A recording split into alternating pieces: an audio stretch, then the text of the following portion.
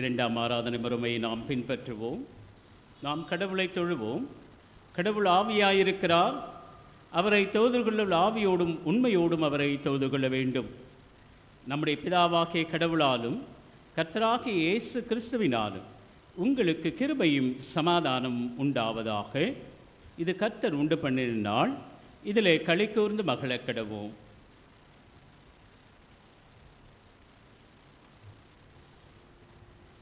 ஆண்டவரே, எங்கள் உதடுகளை திறந்தருளும். பிதாவுக்கும் குமாரனுக்கும் பரிசுத்த ஆவிக்கும் மகிமை உண்டாவதாக. திரு கடவுளை போற்றுவோம். சேனையின் கடவுளாகி கர்த்தரே, நீர் பரிசுத்தர் பரிசுத்தர் பரிசுத்தர்.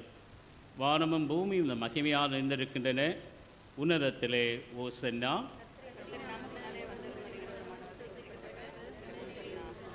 கடவுளே, நீர் பரிசுத்தர். சர்வ வல்லவரே, நீர் பரிசுத்தர். சாவாமை உடையவரே, நீர் பரிசுத்தர். ஆண்டவரே, எங்களுக்காக சிலுவையில் அறையுண்ட எங்கள் மீட்பரே, எங்கள் மேல் கிருபையாயிரும். பரிசுத்த ஆவியாகிய ஆண்டவரே, எங்கள் மேல் கிருபையாயிரும். ஆண்டவரே, எங்கள் ஜெபங்களை ஆராதனை ஏற்றுக்கொண்டு எங்கள் மேல் கிருபையாயிரும்.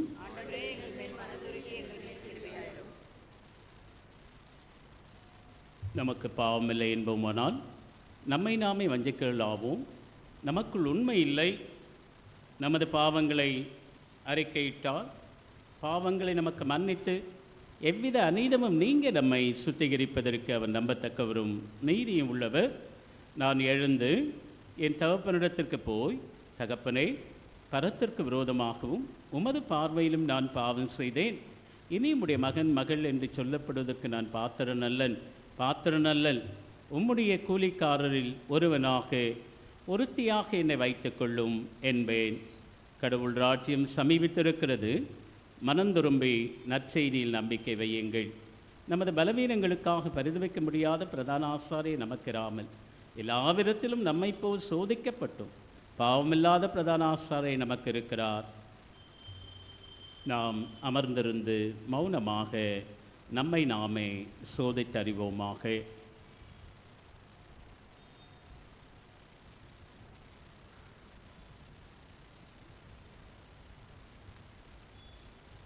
சர்வவல்லமுள்ள கடவுளிடத்தில் நாம் நமது பாவங்களை முதலாவது பாவ அறிக்கை ஜெபத்தோடு கூட சேர்ந்து சொல்லுவோம்.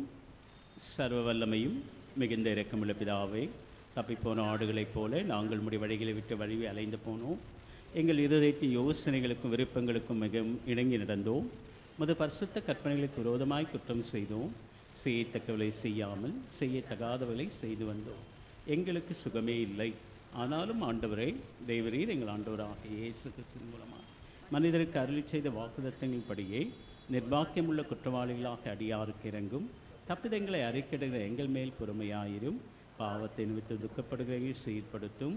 மிகவும் இரக்கமுள்ள பிதாவே, நம்முடைய பரிசுத்த நாமத்திற்கு மகிமையுண்டாகும்படி நாங்கள் இனி தெய்வ பக்தியும் நீதியும் தெளிந்த புத்துள்ளாய் நடந்து வர இயேசு கிறிஸ்து நிமித்தம் எங்களுக்கு கிருபை செய்தார்.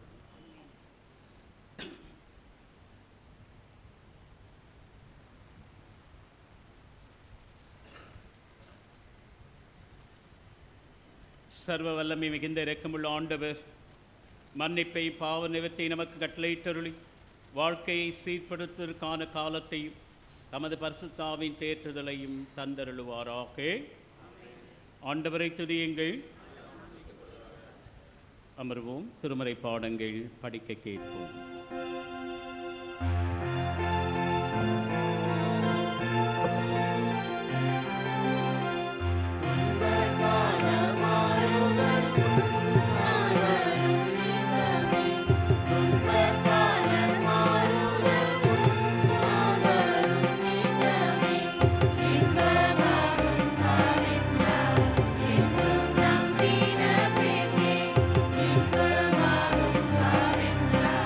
Thank you.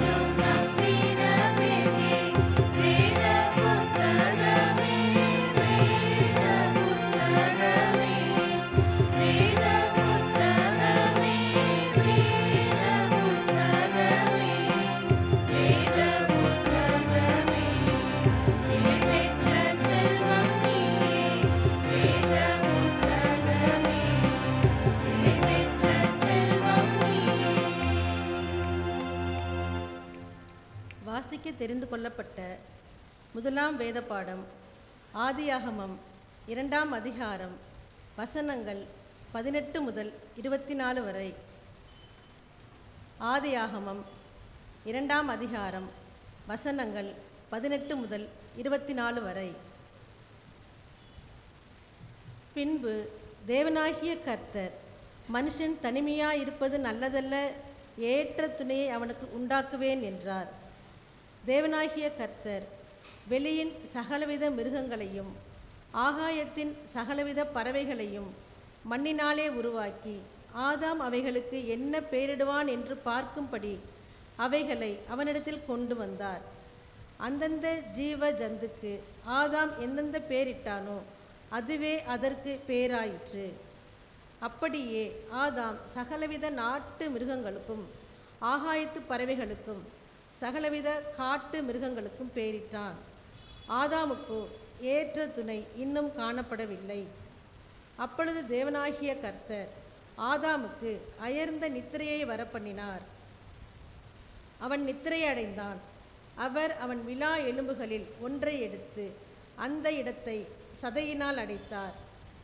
தேவனாகிய கர்த்தர் தாம் மனுஷனில் எடுத்த விலா எலும்பை மனுஷியாக உருவாக்கி அவளை மனுஷனிடத்தில் கொண்டு வந்தார். அப்பொழுது ஆதாம், இவள் என் எலும்பில் எலும்பும் என் மாம்சத்தில் மாம்சமாய் இருக்கிறாள். இவள் மனுஷனில் எடுக்கப்பட்டபடியினால் மனுஷி எனப்படுவாள் என்றான். இதன் நிமித்தம் புருஷன் தன் தகப்பனையும் தன் தாயையும் விட்டு தன் மனைவியோடே இசைந்திருப்பான். அவர்கள் ஒரே மாம்சமாய் இருப்பார்கள். வாசிக்க தெரிந்து கொள்ளப்பட்ட திருமறை பகுதி வாசித்தாயிற்று. தேவனே உமக்கே மகிமை உண்டாவதாக.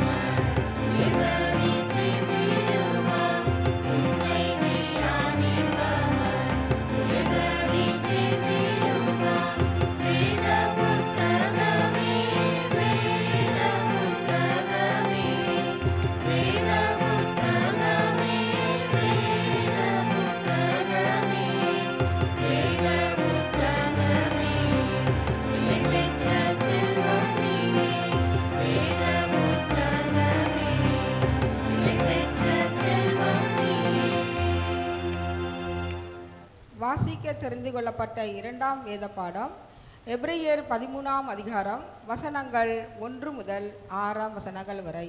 எபிரேயர் 13ஆம் அதிகாரம் வசனங்கள் 1 முதல் 6ஆம் வசனங்கள் வரை. சகோதர சிநேகம் நிலைத்திருக்க கடவது, அந்நியரை உபசரிக்க மறவாதிருங்கள். அதனாலே சிலர் அறியாமல் தேவ தூதரையும் உபசரித்ததுண்டு. கட்டப்பட்டிருக்கிறவர்களோடு நீங்களும் கட்டப்பட்டவர்கள் போல அவர்களை நினைத்து கொள்ளுங்கள். நீங்களும் சரீரத்தோடு இருக்கிறவர்கள் என்று அறிந்து தீங்கு அனுபவிக்கிறவர்களை நினைத்து கொள்ளுங்கள். விவாகம் யாவருக்குள்ளும் கனமுள்ளதாயும் விவாக மஞ்சம் அசுசப்படாததுமாய் இருப்பதாக. வேசிக்கல்லரையும் விபச்சாரக்காரரையும் தேவன் நியாயந்தீர்ப்பார். நீங்கள் பண ஆசை இல்லாதவர்களாய் நடந்து உங்களுக்கு இருக்கிறவைகள் போதுமென்று எண்ணுங்கள். நான் உன்னை விட்டு விலகுவதுமில்லை, உன்னை கைவிடுவதுமில்லை என்று அவர் சொல்லி இருக்கிறாரே. அதனாலே நாம் தைரியம் கொண்டு, கர்த்தர் எனக்கு சகாயர், நான் பயப்படேன், மனுஷன் எனக்கு என்ன செய்வான் என்று சொல்லலாமே. வாசிக்க தெரிந்து கொள்ளப்பட்ட 2ஆம் திருமறை பாடம் வாசித்தாயிற்று. தேவனே உமக்கே மகிமை உண்டாதாக. ஆமென். Amen.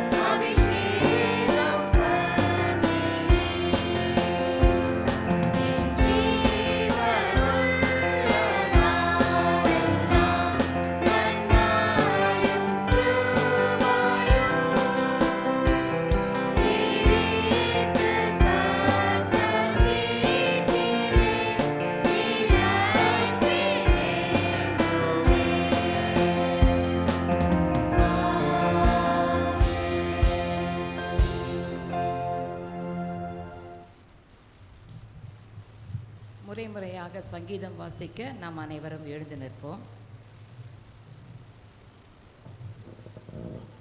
வாசிக்க வேண்டிய சங்கீதம் 128. சங்கீதம் 128. கர்த்தருக்கு பயந்து அவர் வழிகளில் நடக்கிறவன் எவனோ அவன் பாக்கியவான். உன் கைகளின் பிரயாசத்தை நீ சாப்பிடுவாய், உனக்கு பாக்கியமும் நன்மையும் உண்டாயிருக்கும். உன் மனைவி உன் வீட்டோரங்களின் கனித்தரும் திராட்சை கொடியைப் போல் இருப்பாள். உன் பிள்ளைகள் உன் பந்தியை சுற்றிலும் ஒலிவ மர கன்றுகளைப் போல இருப்பார்கள். கர்த்தர் சீயோனிலிருந்து உன்னை ஆசீர்வதிப்பார். நீ ஜீவனுள்ள நாளெல்லாம் எருசலேமின் வாழ்வை காண்பாய்.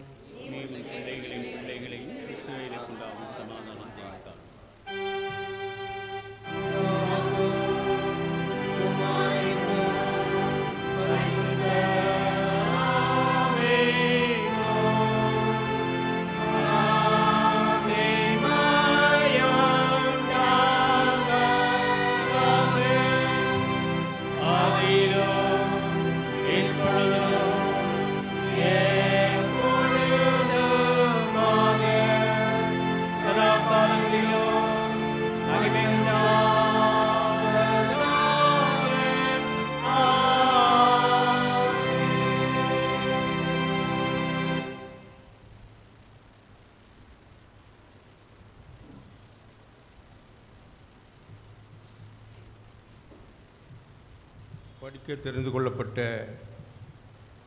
நற்செய்தி பகுதி மத்திய எழுதின நற்செய்தி நூல் 19ஆம் அதிகாரம் வசனங்கள் 3 முதல் 9 வரை அடங்கிய கர்த்தருடைய வார்த்தையை வாசிக்க கேட்போம். மத்தேயு 19:3 முதல். அப்பொழுது பரிசேயர் அவரை சோதிக்க வேண்டும் என்று அவரிடத்தில் வந்து, புருஷனானவன் தன் மனைவியை எந்த முகாந்திரத்தினாலும் தள்ளிவிடுவது நியாயமா என்று கேட்டார்கள். அவர்களுக்கு அவர் பிரதியுத்தரமாக, அதிலே மனுஷனை உண்டாக்கினவர் அவர்களை ஆணும் பெண்ணுமாக உண்டாக்கினார் என்பதையும், இது நிமித்தம் புருஷனானவன் தன் தகப்பனையும் தாயையும் விட்டு தன் மனைவியோடு சேர்ந்திருப்பான், அவர்கள் இருவரும் ஒரே மாம்சமாய் இருப்பார்கள் என்று அவர் சொன்னதையும் நீங்கள் வாசிக்கவில்லையா? இப்படி இருக்கிறபடியினால் அவர்கள் இருவராயிராமல் ஒரே மாம்சமாக இருக்கிறார்கள். ஆகையால் தேவன் நினைத்ததை மனுஷன் பிரிக்காதிருக்க கடவன் என்றார். அதற்கு அவர்கள், அப்படியானால் தள்ளுதல் சீட்டை கொடுத்து அவளை தள்ளிவிடலாம் என்று மோசே ஏன் கட்டளையிட்டார் என்றார்கள். அதற்கு அவர், உங்கள் மனைவிகளை தள்ளிவிடலாம் என்று உங்கள் இருதய கடினத்தின் நிமித்தம் மோசே உங்களுக்கு இடம் கொடுத்தார். ஆதி முதலாய் அப்படி இருக்கவில்லை. ஆதலால் எவனாயிலும் தன் மனைவியை வேசித்தனம் செய்தது நிமித்தமே அன்றி அவளை தள்ளிவிட்டு வேறொருத்தியை விவாகம் பண்ணினால் அவன் விபச்சாரம் செய்கிறவனாயிருப்பான். தள்ளிவிடப்பட்டவளை விவாகம் பண்ணுகிறவனும் விபச்சாரம் செய்கிறவனாயிருப்பாள் என்று உங்களுக்கு சொல்கிறேன் என்றார்.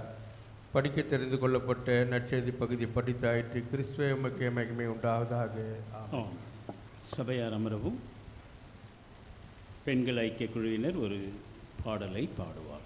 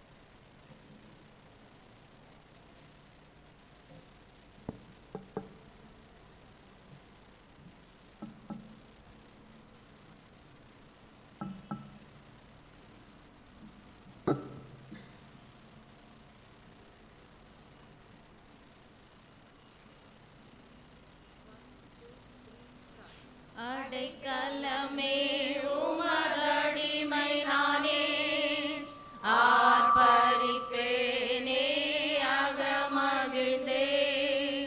கர்த்தர் நீர் செய்த நன்மைகளையே நித்தம் நித்தம் நான் நினைப்பேனே.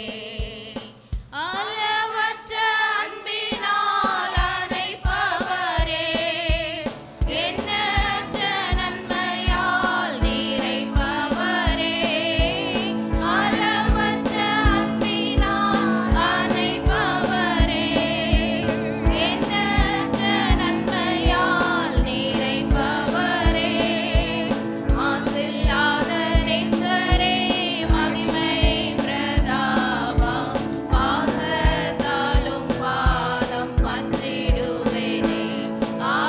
அடைக்கலமே உமதடிமை நானே, ஆர்ப்பரிப்பேனே அகமகிழ்ந்தே.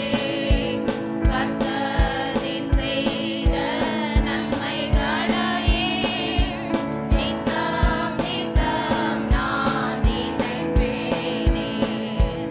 என்னை என்றும் போதித்து நடத்துபவரே, கண்ணை வைத்து ஆலோசனை சொல்லுபவரே. என்னை என்றும் போதித்து நடத்துபவரே, கண்ணை வைத்து ஆலோசனை சொல்லுபவரே.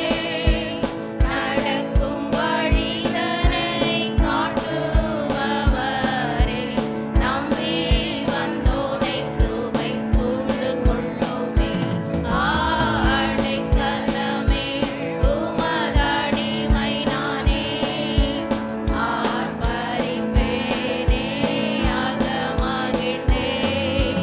கர்த்தர் நீர் செய்த நன்மைகளையே நித்தம் நித்தம் நான் நினைப்பேனே.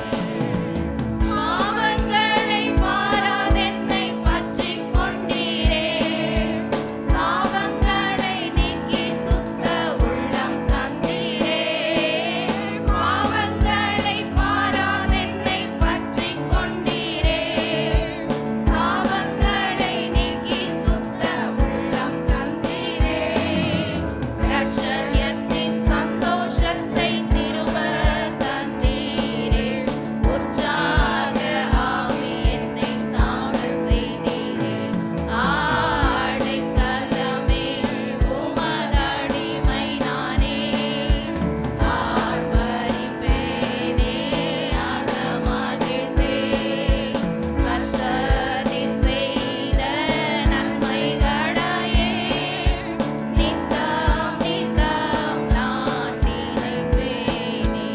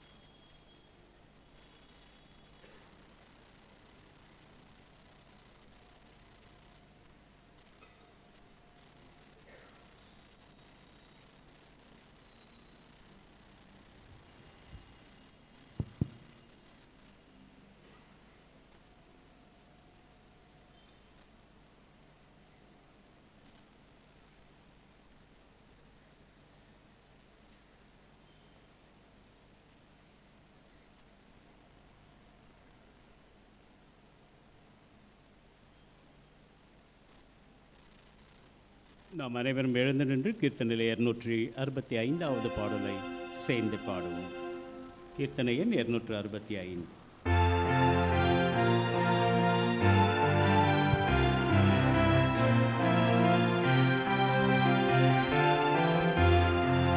பயந்து கர்த்தரின் பாதையதனில் பணிந்து நடப்போன் பாக்கியவான்.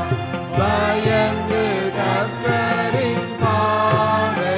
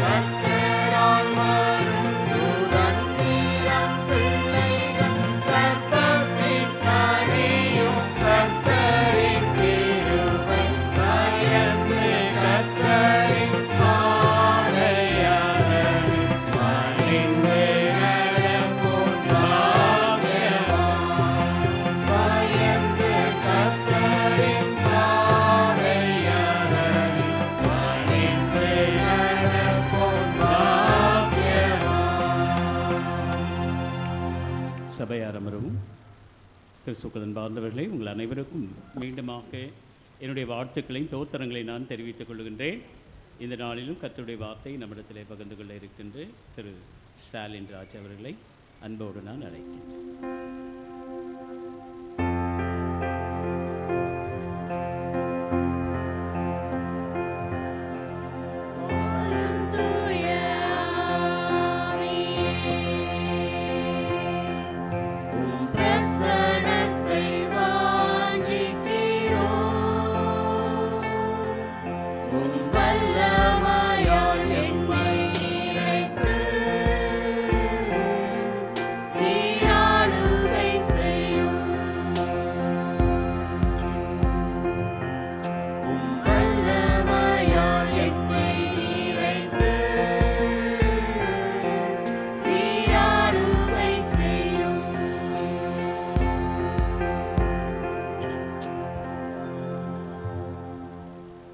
கண்களை மூடி ஜெபிப்போம்.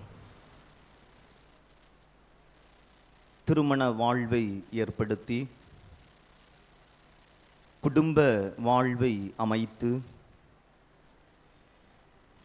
இல்லத்தை, திருச்சபையை, தேசத்தை அழகு செய்கிற எங்கள் ஆண்டவரே,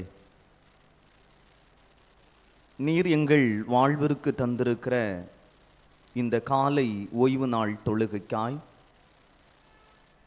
நீர் தந்திருக்கிற இந்த நேரத்திற்காய் நாங்கள் உமக்கு நன்றி செலுத்துகிறோம். உம்முடைய வார்த்தைகளை நாங்கள் கற்றுக்கொள்ள ஆயத்தப்படுகிறோம்.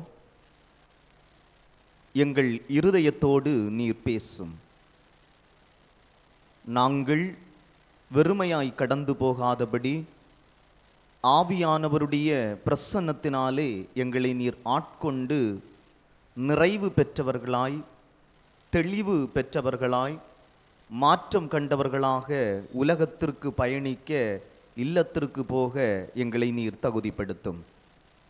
பேசுகிற அடியானை நீர் மறைத்து வெளிப்படும். கேட்கிற ஒவ்வொரு உள்ளங்களையும் என் ஆண்டவர் நீர் ஆசீர்வதியும். இவைகளை இறைமைந்தர் இயேசு கிறிஸ்துவின் வழியாய் வேண்டிக் கொள்ளுகிறோம். அன்பு நிறைந்த கடவுளே, ஆமென். கிறிஸ்துவுக்குள் அன்பானவர்களே, இந்த நாளிலும் சென்னை பேராயமாக சிந்திப்பதற்காக கொடுக்கப்பட்டிருக்கிற தலைப்பு திருமணம் நிலைபெறும் அன்பின் வாழ்வு. திருமணம் நிலைபெறும் அன்பின் வாழ்வு. மத்தேயு 19வது அதிகாரம் அதனுடைய 5வது வசனத்தின் மைய பகுதி, அவர்கள் இருவரும் ஒரே மாம்சமாய் இருப்பார்கள். அவர்கள் இருவரும் ஒரே மாம்சமாய் இருப்பார்கள். திருமணம் என்று சொன்ன வார்த்தை கேட்டவுடனே, இல்லை என்று சொன்னால் இரண்டாவது பாடல் தொனி ஒலிப்பு கேட்டவுடனே கண்டிப்பாக திருமணம் ஆனவர்களுக்கு திருமண நாள் ஞாபகம் வந்திருக்கும். இல்லை என்று சொன்னால் திருமணம் ஆக போகிறவர்களுக்கு திருமண நாளை குறித்த ஒரு எதிர்பார்ப்பு மன எண்ணங்களிலே வந்திருக்கும். திருமணம் வாழ்விற்கு மிக மிக முக்கியமான, இல்லை என்று சொன்னால் கிறிஸ்தவர்களுக்கு முக்கியமான ஒரு அமைப்பு முறையாக திருமணம் காணப்படுகிறது. இந்த நாளுடைய செய்தியும் திருமணத்தை மையப்படுத்திதான், ஒரு செய்தியாக மட்டுமல்ல, ஒரு ஆலோசனையாக ஏற்றுக்கொள்வது நம்முடைய வாழ்விற்கு இது சிறப்பாக காணப்படுகிறது. வாழ்க்கை பயணத்திலே திருமணம் என்பது மிக மிக முக்கியமான ஒன்று. இது மனிதனால் ஏற்படுத்தப்பட்ட அமைப்பு முறை அல்ல, கடவுளால் ஏற்படுத்தப்பட்டது. நாம் ஆதியாகம புத்தகத்தின் முதல் 2 அதிகாரங்களை படிக்கிற போது தெளிவாக சொல்லப்பட்டிருக்கிறது. மனிதன் தனிமையாய் இருப்பது நல்லது அல்ல என்று ஆண்டவர் அறிந்து அந்த மனிதனுக்கு ஏற்ற துணையை ஆண்டவர் ஏற்படுத்தினார் என்பதை நாம் திருமறை நமக்கு தெளிவுபடுத்துகிறது. அப்படி என்று சொன்னால் இது கடவுளால் ஏற்படுத்தப்பட்ட அமைப்பு. குடும்பம் என்பது, திருமணம் என்பது கடவுளால் ஏற்படுத்தப்பட்ட அமைப்பாக காணப்படுகிறது. இந்த திருமணத்தினுடைய நோக்கம் என்னவென்று சொன்னால், ஒருவரை ஒருவர் சார்ந்து வாழ்வது, ஒருவரை ஒருவர் உதவி செய்து வாழ்வது, ஒருவருக்கொருவர் இணைந்து வாழ்வதுதான் இந்த திருமணத்தினுடைய நோக்கமாக காணப்படுகிறது. இல்லை என்று சொன்னால் குடும்ப உறவினுடைய நோக்கம் ஒருவரை ஒருவர் சார்ந்து வாழ்வதாக காணப்படுகிறது. அப்படி என்று சொன்னால் கிறிஸ்தவ திருமணம் என்றால் என்ன? இல்லை என்று சொன்னால் கிறிஸ்தவ திருமணத்தினுடைய ஒரு நோக்கம் என்று சொல்லப்படுகிறது, இறை சமூகத்திலே, ஆண்டவருடைய சமூகத்திலே ஒரு ஆண் பெண் ஏற்படுத்தி கொள்ளுகிற ஒரு உடன்படிக்கை தான் கிறிஸ்தவ திருமணமாக காணப்படுகிறது. இதிலே மைய நிலை யாருக்கு கொடுக்கப்படுகிறது என்று சொன்னால் கடவுளுக்கு கொடுக்கப்படுகிறது. நாம் மனிதர்களுடைய முன்னிலையிலே உடன்படிக்கை செய்து கொள்ளவில்லை. கிறிஸ்தவ திருமணம் என்பது கடவுளுக்கு முக்கியத்துவம் கொடுக்கப்படுகிறது. கடவுளை முதன்மைப்படுத்தி கடவுளுடைய சமூகத்திலே ஒரு ஆணும் பெண்ணும் கடவுளுடைய திருமுன்பிலே நின்று உடன்படிக்கை செய்து கொள்வதுதான் கிறிஸ்தவ திருமணமாக காணப்படுகிறது. அப்படிப்பட்ட திருமணத்தை நாம் என்ன செய்ய வேண்டும் என்று சொன்னால் மதிக்க வேண்டும். இந்த திருமணம் யாருடைய முன்னிலையிலே செய்து கொள்ளுகிறோம், யாருடைய பெயரிலே, யாருடைய சமூகத்திலே நாம் செய்து கொள்ளுகிறோம், உடன்படிக்கை செய்து கொள்ளுகிறோம் என்று சொன்னால் கடவுளுடைய திருமுன்பிலே நின்று, கடவுளுடைய சன்னிதானத்திலே நின்று நாம் உடன்படிக்கை செய்து கொள்ளுகிறோம். அந்த திருமணத்தை நாம் மதிக்க வேண்டும். இல்லை என்று சொன்னால் அந்த திருமணத்தை நாம் ஒரு புனிதமாக ஏற்றுக்கொள்ள அழைக்கப்படுகிறோம். ஆனால் தற்கால சூழ்நிலைகளிலே நாம் பார்க்கிற போது திருமண வாழ்வினுடைய மதிப்பு சற்று குறைந்து கொண்டே வருகிறது. ஏன் திருமணம் செய்ய வேண்டும்? ஏன் திருமணம் செய்து ஒரு குடும்ப வாழ்விற்குள்ளாக போக வேண்டும்? தேவையற்ற பிரச்சனைகளை ஏன் சந்திக்க வேண்டும்? தேவையற்ற செலவீனங்களை நாம் ஏன் ஏற்றுக்கொள்ள வேண்டும்? ஏன் மன அமைதியை இழந்து போக வேண்டும்? ஏன் இந்த திருமணத்தை செய்ய வேண்டும் என்கிற ஒரு எண்ணம் இல்லை என்று சொன்னால் திருமணத்தினுடைய மதிப்பு நிலை குறைந்து கொண்டே வருகிறது. ஆனால் திருமறை சொல்லுகிற செய்தி என்னவென்று சொன்னால் திருமணத்தை மேன்மையுள்ளதாக நாம் கருத வேண்டும். திருமணத்தை மேன்மையுள்ளதாக கருத வேண்டும். எபிரேயர் 13வது அதிகாரம் அதனுடைய 4வது வசனம் என்ன சொல்லுகிறது என்று சொன்னால், விவாகம் யாவருக்குள்ளும் கனம் உள்ளதாயும் விவாக மஞ்சம் அசுசிப்படாததாயும் இருப்பதாக. அப்படி என்று சொன்னால் திருமணம் எல்லாருக்குள்ளும் கனமுள்ளதாக ஏற்றுக்கொள்ள வேண்டும். திருமணத்தை ஒவ்வொருவரும் அதை மதிப்புள்ளதாக ஏற்றுக்கொள்ள வேண்டும் என்று சொல்லி திருமறை நமக்கு சொல்லுகிறது. ஆமன்பானவர்களே, ஆனால் அந்த திருமறையின் எண்ணங்கள் இன்று மறைந்து போய்விட்டது. விவாகரத்து இன்று அதிகமாகிவிட்டது.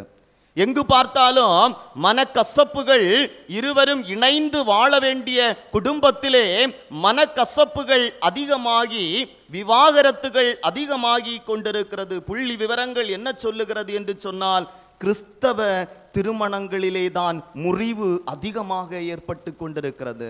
கிறிஸ்தவ விவாகரத்து தான் அதிகமாக பதிவு செய்யப்படுகிறது என்று இந்த புள்ளி விவரங்கள் சொல்லப்படுகிறது. ஆமன்பானவர்களே, நாம் சிந்திக்க அழைக்கப்படுகிறோம். திருமணம் நாம் யாருடைய முன்னிலையிலே உடன்படிக்கை செய்து கொள்ளுகிறோம் என்று சொன்னால் கடவுளுடைய முன்னிலையிலே. நாம் கடவுளுடைய முன்னிலையிலே, கடவுளுடைய சன்னிதானத்திலே நாம் செய்து கொண்டிருக்கிற இந்த உடன்படிக்கையிலே நாம் விவாகரத்து செய்யப்படுகிற போது ஆண்டவரோடு செய்து கொண்ட உடன்படிக்கையை நாம் என்ன செய்கிறோம்? மீறி கொள்ளுகிறோம். இல்லை என்று சொன்னால் மீறி அதிலிருந்து நாம் விலகி போகிறோம். ஆமன்பானவர்களே, திருமணத்தை மேன்மை உள்ளதாக, இல்லை என்று சொன்னால் திருமணத்தை கனமுள்ளதாக நம்முடைய வாழ்க்கையிலே, கிறிஸ்தவர்களுடைய வாழ்க்கையிலே நாம் ஏற்றுக்கொள்ள அழைக்கப்படுகிறோம். ஏன் திருமண வாழ்வு இன்று மனமுறிவிலே கடந்து போகிறது என்று சொன்னால் திருமண வாழ்வை பற்றிய ஒரு புரிதல் இல்லை. இல்லை என்று சொன்னால் திருமண வாழ்விலே கடினங்கள் வருகிற போது சோர்ந்து போகிறோம். பெரியவர்களை கேட்டால் சொல்லுவார்கள். இல்லை என்று சொன்னால் திருமணம் ஆனவர்கள் எல்லோரும் சொல்லுவார்கள், திருமண வாழ்வு எப்படி? சந்தோஷமானதா? சந்தோஷமானதா? சொல்லுங்க. திருமண வாழ்வு சந்தோஷமானதா? சந்தோஷங்கள் உண்டு, ஆனாலும் அதிக நேரம் என்ன உண்டு? பிரச்சனைகள் உண்டு. திருமண வாழ்விலே கடினங்கள் உண்டு, பிரச்சனைகள் உண்டு. ஆனாலும் ஆண்டவரின் வழியாக உடன்படிக்கை நாம் செய்து கொள்ளுகிற போது அந்த பிரச்சனைகளை தாண்டி நம்முடைய வாழ்வு பயணத்தை ஏற்படுத்தி கொள்ளுகிற போதுதான் அந்த திருமண வாழ்வு சந்தோஷமாக அமைகிறது. கேட்டால் சொல்லுவார்கள், ஏன் நாம் இந்த கடினங்களை சந்திக்க வேண்டும்? ஏன் அதிகப்படியான கமிட்மெண்ட் இருக்கிறது? பிள்ளைகளை பார்க்க வேண்டும், இல்லத்தை கட்ட வேண்டும், பிள்ளைகளுடைய வாழ்வை காக்க வேண்டும், இப்படிப்பட்ட எந்த கடினங்களும் என்னுடைய வாழ்வில் வேண்டாம் என்று இந்த காலகட்டத்திலே திருமண வாழ்வை புறம் தள்ளுகிற அநேக பிள்ளைகள் இன்று உருவாகி கொண்டிருக்கிறார்கள். காரணம் என்னவென்று சொன்னால் இந்த திருமணத்தை பற்றிய ஒரு புரிதல் இல்லை. இல்லை என்று சொன்னால் குடும்ப வாழ்வை குறித்த ஒரு புரிதல் இல்லை, குடும்ப வாழ்வை குறித்த ஒரு எண்ணம் இல்லை. ஆகவே தான் அவர்களுடைய வாழ்வை மட்டுமே எண்ணிக்கொண்டிருக்கிற ஒரு சூழ்நிலையிலே நாம் இன்று வைக்கப்பட்டிருக்கிறோம். தத்துவ ஞானி சாக்ரடீஸ் மாணவர்களை பார்த்து இவ்விதமாக சொன்னாராம், எப்படியாவது திருமணம் செய்து கொள்ளுங்கள், எப்படியாவது திருமணம் செய்து கொள்ளுங்கள். நல்ல மனைவி உனக்கு கிடைத்தால் அது நல்லது, நல்ல மனைவி கிடைத்தால் அது உனக்கு நல்லது. மோசமான மனைவி கிடைத்தாலும் நீ வருத்தப்படாதே, நீ ஒரு தத்துவ ஞானியாக மாறிவிடுவாய், நீ ஒரு தத்துவ ஞானியாக மாறிவிடுவாய். இது உலக எண்ணமாக காணப்படுகிறது, இதுதான் உலக எண்ணமாக காணப்படுகிறது. ஏனென்றால் இந்த திருமணம் ஆன 90% திருமணமானவர்களிலே 50% வேண்டா வெறுப்போடு தான் வாழ்க்கையை நடத்தி கொண்டிருக்கிறார்கள். புள்ளி விவரங்கள் என்ன சொல்லுகிறது என்று சொன்னால் 90% திருமணமானவர்களிலே 50% திருமணமானவர்கள் குடும்பங்கள் எப்படி வாழ்ந்து கொண்டிருக்கிறது என்று சொன்னால் வேண்டா வெறுப்போடு. திருமணம் செய்து விட்டோம், இனி நம்ம என்ன செய்ய முடியாது, ஒன்றும் செய்ய முடியாது என்கிற ஒரு வேண்டா வெறுப்போடு வாழ்ந்து கொண்டிருக்கிற அநேக குடும்பங்கள் இன்று நம்முடைய சமூகத்திலே காணப்படுகிறது. இந்த நிலை மாற வேண்டும், இந்த நிலை நம்முடைய வாழ்விலிருந்து மாற வேண்டும். இது கடவுள் அமைத்த குடும்பம். என்னுடைய துணையை எனக்கு ஆண்டவர் தந்திருக்கிறார், என்னுடைய குடும்ப வாழ்வை எனக்கு ஆண்டவர் தந்திருக்கிறார், என்னுடைய குழந்தை செல்வங்களை இது ஆண்டவர் தந்திருக்கிறார். இந்த குடும்பத்தை ஒரு புரிதலோடு என்னுடைய குடும்பம் ஆண்டவர் தந்தது என்று சொல்லி அந்த திருமண வாழ்வை மதித்து கனமுள்ளதாக, இது ஆண்டவரால் ஏற்படுத்தப்பட்ட அமைப்பு, மனிதனால் ஏற்படுத்தப்பட்ட அமைப்பு அல்ல, ஆண்டவரால் ஏற்படுத்தப்பட்ட அமைப்பு என்பதை உணர்ந்து வாழுகிற போது அந்த குடும்பம் எப்படி இருக்கும் என்று சொன்னால் மகிழ்ச்சியுடைய குடும்பமாக காணப்படும்.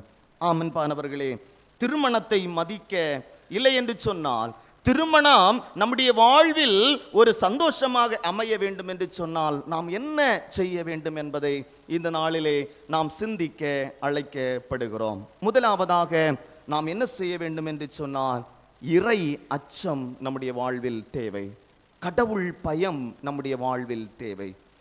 திருமண வாழ்வு மதிக்கப்பட வேண்டும் என்று சொன்னால், திருமண வாழ்வு நம்முடைய குடும்ப வாழ்வு சந்தோஷமாக அமைய வேண்டும் என்று சொன்னால் முதல் படிநிலை என்னவென்று சொன்னால் கடவுள் பயம் நம்முடைய வாழ்வில் வேண்டும். திருமணங்களிலே படிக்கப்படும் வசனங்களிலே மிக மிக முக்கியமான வசனம்தான் என்ன? சங்கீதம் 128.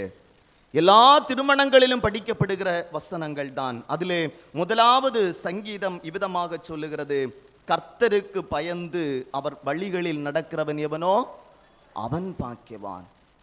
கர்த்தருக்கு பயந்து அவர் வழிகளில் நடக்கிறவன் எவனோ அவன் பாக்கியவான். ஆமன்பானவர்களே, நம்முடைய குடும்பங்கள் ஆசீர்வதிக்கப்பட வேண்டும் என்று சொன்னால், நம்முடைய திருமண வாழ்வு ஆசீர்வதிக்கப்பட வேண்டும் என்று சொன்னால், நாம் என்ன செய்ய வேண்டும் என்று சொன்னால், கடவுளுக்கு அஞ்சி வாழுகிறவர்களாக, கடவுளுக்கு பயந்து வாழுகிறவர்களாக நம்முடைய வாழ்வை முன்னெடுக்க வேண்டும்.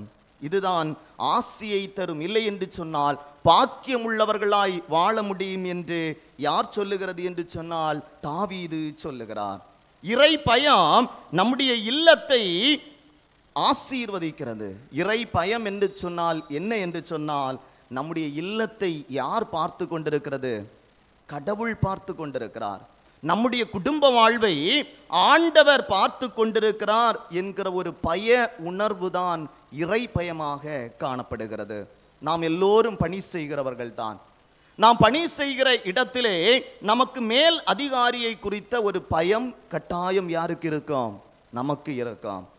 அந்த நம்முடைய மேல் அதிகாரிக்கு நாம் பயந்து கீழ்ப்படிவதனால் நம்முடைய அலுவலகத்திலே பதவி உயர்வுகளை கண்டுகொள்ளலாம். இல்லை என்று சொன்னால் பல நிலைகளை அடைந்து கொள்ள முடியும். அப்படியாகத்தான் நம்முடைய இல்லத்தின் தலைவர் யார் என்று சொன்னால் கடவுளாக இருக்கிறார். அந்த கடவுளுக்கு நாம் பயந்து இறை பயத்தோடு நம்முடைய குடும்பத்தை செயல்படுத்துகிற போது நம்முடைய குடும்பங்கள் ஆசீர்வதிக்கப்படும். கடவுள் எல்லாவற்றையும் பார்த்து கொண்டிருக்கிறார். என்னுடைய குடும்பத்தை பார்த்து கொண்டிருக்கிறார். நான் செய்கிற காரியங்களை ஆண்டவர் பார்த்து கொண்டிருக்கிறார். நான் சிந்திக்கிறதை ஆண்டவர் பார்த்து கொண்டிருக்கிறார். நான் சொல்லுகிறதை ஆண்டவர் பார்த்து கொண்டிருக்கிறார். நான் என்ன செய்கிறேனோ அவற்றையெல்லாம் ஆண்டவர் பார்த்து கொண்டிருக்கிறார் என்கிற ஒரு பய உணர்வு மனிதனுக்குள்ளே வருகிற போதுதான் அந்த பய உணர்வு எப்படியாக மாறுகிறது என்று சொன்னால் இறை பயமாக மாறுகிறது. அந்த இறை பயம் உள்ள குடும்பம் எப்படி இருக்கும் என்று சொன்னால் ஆசீர்வதிக்கப்பட்டதாக இருக்கும். அதை தான் தாவீது அழகாக சொல்லுகிறார். கர்த்தருக்கு பயந்து, கடவுளுக்கு பயந்து அவர் வழிகளில் நடக்கிறவன் எவனோ அவன் ஆசீர்வதிக்கப்பட்டிருப்பான். அந்த குடும்பத்தினுடைய ஆசீர்வாதங்கள் அந்த சங்கீதத்திலே தொடர்ந்து சொல்லப்பட்டிருக்கிறது. எப்படி பயந்து வாழ்வது, எப்படி கடவுளுக்கு பயந்து வாழ்வது என்று சொன்னால், கடவுளுடைய பயத்திலே முதல் என்ன செய்ய வேண்டும் என்று சொன்னால் இறைவேண்டல் நம்முடைய வாழ்விலே வேண்டும், ஜெபம் வேண்டும். எப்படி நாம் கடவுளுக்கு பயந்து வாழ்வது, எப்படி நாம் கடவுளுக்கு பயந்து வாழ்வது என்று சொன்னால் இறைவேண்டல் நம்முடைய வாழ்விலே வேண்டும். ஜெபத்தினாலே நம்முடைய குடும்பத்தை கட்ட வேண்டும். ஜெபத்தினாலே நம்முடைய குடும்ப வாழ்வை கட்டுவிக்கிற போது இறைவேண்டலுக்கு ஜெபத்திற்கு அதிக முக்கியத்துவம் கொடுக்கப்படுகிற போது அது கடவுளுக்கு பயப்படுகிற பயமாக அமைகிறது. அப்போஸ்தலர் 10வது அதிகாரத்தை படிக்கிற போது நாம் அங்கே 100க்கு அதிபதியாகிய கொர்நேலியு என்னும் பெயர் கொண்ட ஒரு குடும்பத்தை பற்றி அங்கே சொல்லப்பட்டிருக்கிறது. அதனுடைய 2வது வசனத்திலே அந்த குடும்பத்தை பற்றி அழகாக சொல்லப்பட்டிருக்கிறது. அவன் தேவ பக்தி உள்ளவனும் தன் வீட்டார் அனைவரோடும் தேவனுக்கு பயந்தவனுமாயிருந்தான். அந்த வசனத்தின் கடைசி பகுதியிலே சொல்லப்பட்டிருக்கிறது, எப்பொழுதும் தேவனை நோக்கி ஜெபம் பண்ணி கொண்டிருந்தான். கடவுளுக்கு பயந்தவனாக இருந்தான். அதே நேரம் அவன் எப்படி வாழ்ந்து கொண்டிருந்தான் என்று சொன்னால் எப்போதும் ஆண்டவரோடு ஜெபிக்கிற ஜெபத்திலே வாழ்ந்து கொண்டிருந்தான். நாம் சிந்திக்க அழைக்கப்படுகிறோம், நம்முடைய குடும்பம் ஜெபிக்கிற குடும்பமாய் இருக்கிறதா? ஜெப நேரத்திற்கு முக்கியத்துவம் கொடுக்கிற குடும்பமாக நம்முடைய குடும்பம் இருக்கிறதா? ஜெபம் இல்லாத வாழ்வு கூரை இல்லாத வீடு என்று சொல்லுவார்கள். ஜெபம் இல்லாத இல்லத்தை கூரை இல்லாத வீடு என்று சொல்லுவார்கள். கூரை இல்லாத வீட்டிலே நாம் வசிக்க முடியுமா? இல்லை. பாருங்கள் அன்பானவர்களே, ஜெபத்திற்கு நாம் எப்படி முக்கியத்துவம் கொடுக்கிறோம் என்று சிந்திக்க அழைக்கப்படுகிறோம். துரித உலகத்திலே நாம் வாழ்ந்து கொண்டிருக்கிறோம். எல்லாம் துரிதமாக செயல்பட்டு கொண்டிருக்கிறது, எல்லாம் துரிதமாக கிடைத்து கொண்டிருக்கிறது. நாம் எல்லாவற்றையும் ஒழுங்காக நேரத்தை நாம் செலவு செய்கிறோம். இந்த காலையில எழுந்தவுடன் இந்த நேரத்தை இதற்காக என்று ஒவ்வொரு மணித்துளிகளையும் நாம் ஒழுங்கு செய்கிறோம். ஆனால் ஜெபிப்பதற்கு நாம் நேரத்தை ஒழுங்கு செய்கிறோமா? எவ்வளவு நன்மைகளை ஆண்டவர் தந்து கொண்டிருக்கிறார், எவ்வளவு ஆசீர்வாதங்களை தந்து கொண்டிருக்கிறார். நம்முடைய குடும்பங்களை ஆண்டவர் ஆசீர்வதித்திருக்கிறார். ஆண்டவரோடு ஜெபிப்பதற்காக, ஆண்டவரோடு நம்முடைய தேவைகளை சொல்லுவதற்காக, அவர் தந்த நன்மைகளை சொல்லுவதற்காக ஆண்டவரோடு ஜெபிக்கிற ஜெபத் நேரத்தை நாம் ஒழுங்கு செய்திருக்கிறோமா என்பதை சிந்திக்க அழைக்கப்படுகிறோம். குடும்ப ஜெபம் நம்முடைய வாழ்வில் இருக்கிறதா? முன் காலங்களில் நம்முடைய பெற்றோர்கள் நம்மை அப்படித்தான் வழி நடத்தினார்கள். முன் பெற்றோர்களை பார்க்கிற போது எல்லா நாட்களிலும் என்ன உண்டு? குடும்ப ஜெபம் உண்டு. எல்லோரும் இணைந்து கூடி ஜெபிக்கிற குடும்ப ஜெப நேரத்தை அவர்கள் ஒழுங்கு செய்திருந்தார்கள். ஆனால் இன்றைய காலகட்டத்திலே பணி சுமை அதிகமாகி கொண்டிருக்கிறது. அது உண்மைதான். பணி சுமை அதிகமாகி கொண்டிருக்கிறது. துரிதமாக செயல்பட்டு கொண்டிருக்கிறோம். ஆனாலும் ஒரு 5 நிமிடமாவது குடும்பமாக இணைந்து ஜெபிப்பதற்காக, ஆண்டவரோடு அந்த நேரத்தை செலவிடுவதற்காக நாம் பயன்படுத்துகிற போது நம்முடைய குடும்ப வாழ்வு ஆசீர்வதிக்கப்படும். இறை பயம் தேவை. குடும்பம் ஆசீர்வதிக்கப்பட வேண்டும் என்று சொன்னால், திருமணம் மதிக்கப்பட வேண்டும் என்று சொன்னால், நம்முடைய குடும்பங்கள் ஆசீர்வதிக்கப்பட வேண்டும் என்று சொன்னால் இறை பயம் தேவை. அதற்கு முக்கியமான காரணி என்னவென்று சொன்னால் இறை வேண்டல் நம்முடைய வாழ்விலே காணப்பட வேண்டும். இரண்டாவதாக பார்க்கிற வேளையிலே இறை வார்த்தையின்படி வாழ வேண்டும். இறை பயத்திலே இறைவேண்டல் நம்முடைய வாழ்விலே காணப்பட வேண்டும். அதே நேரம் இறை வார்த்தையின்படி நம்முடைய வாழ்வு நடக்க வேண்டும். அந்த கொர்நேலியுவின் குடும்பத்தை பற்றி சொல்லப்பட்டிருக்கிறது. அந்த 2வது வசனத்தினுடைய மைய பகுதி நான் படிக்கிறேன்.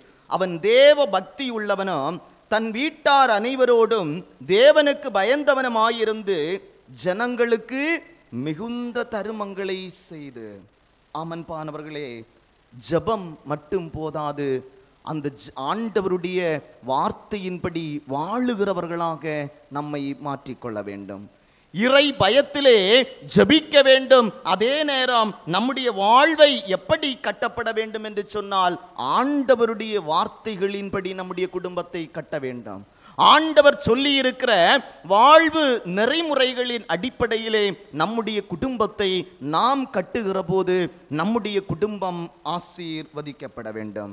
அமன்பானவர்களே, திருமண வாழ்வு மதிக்கப்பட வேண்டும் என்று சொன்னால் முதல் காரணி என்ன? இறையச்சம். இறையச்சம் என்று சொன்னால் என்ன? இறைவேண்டல். இன்னொன்று என்ன? கடவுளுடைய வார்த்தையின்படி செய்யுதல். இரண்டாவதாக பார்க்கிற வேளையிலே நம்முடைய குடும்பம் ஆசீர்வதிக்கப்பட வேண்டும் என்று சொன்னால், இல்லை என்று சொன்னால் திருமண வாழ்வு மதிக்கப்பட வேண்டும் என்று சொன்னால் நம்முடைய குடும்பங்கள் அன்பினால் கட்டப்பட வேண்டும். அன்பினால் கட்டப்பட வேண்டும். மத்தேயு 19வது அதிகாரம் அதனுடைய 5வது வசனம். மத்தேயு அதிகாரம் 19.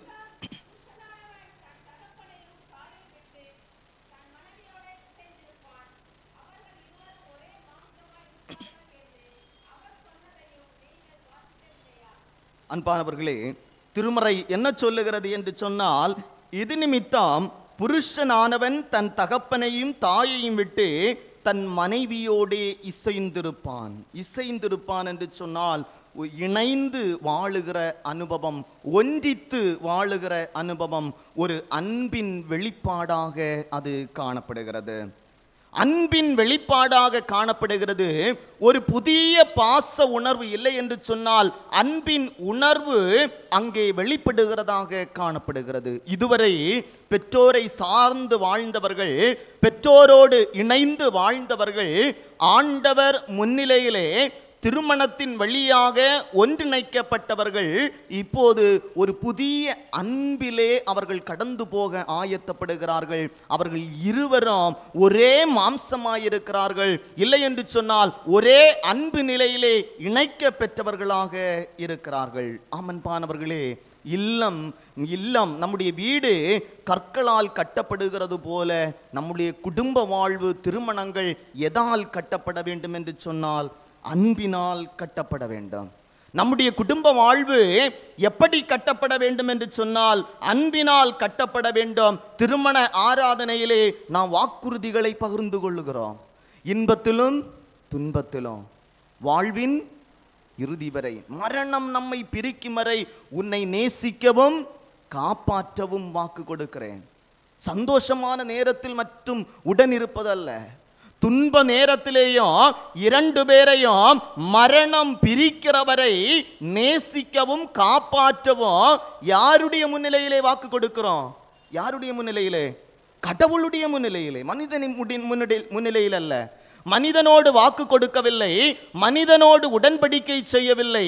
யாரோடு உடன்படிக்கை செய்கிறோம் என்று சொன்னால் கடவுளுடைய திருமுன்பிலே நின்று உடன்படிக்கை கடவுளோடு செய்து கொள்ளுகிறோம். ஒருவரை ஒருவர் நேசிக்கவும் காப்பாற்றவும் நான் வாக்கு கொடுக்கிறேன் என்று உடன்படிக்கை செய்து கொள்ளுகிறோம். அது ஒரு அன்பின் வெளிப்பாடாக காணப்படுகிறது.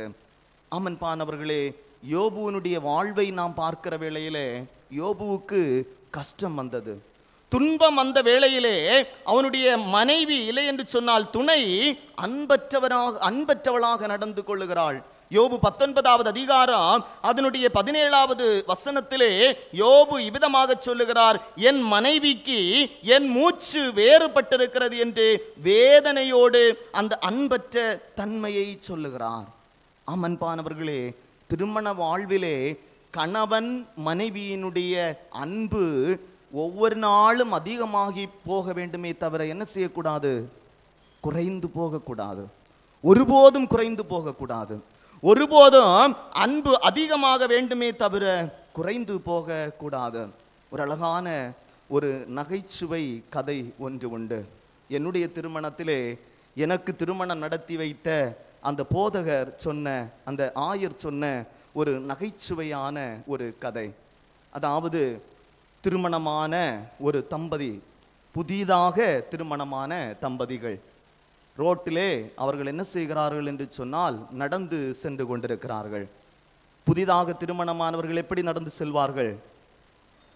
எப்படி நடந்து செல்வார்கள்? அன்பாக, இணக்கமாக, அன்பை வெளிப்படுத்தி என்ன செய்வார்கள்? நடந்து சென்று கொண்டிருக்கிறார்கள்.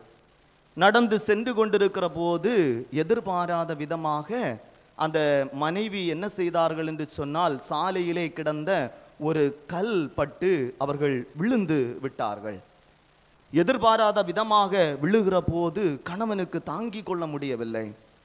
என்னுடைய மனைவி கீழே விழுந்து விட்டார்களே என்று சொல்லி ஐயோ என்று ஓடி போய் தன்னுடைய மனைவியை அப்படியே தூக்கி பிடிக்கிறார்கள்.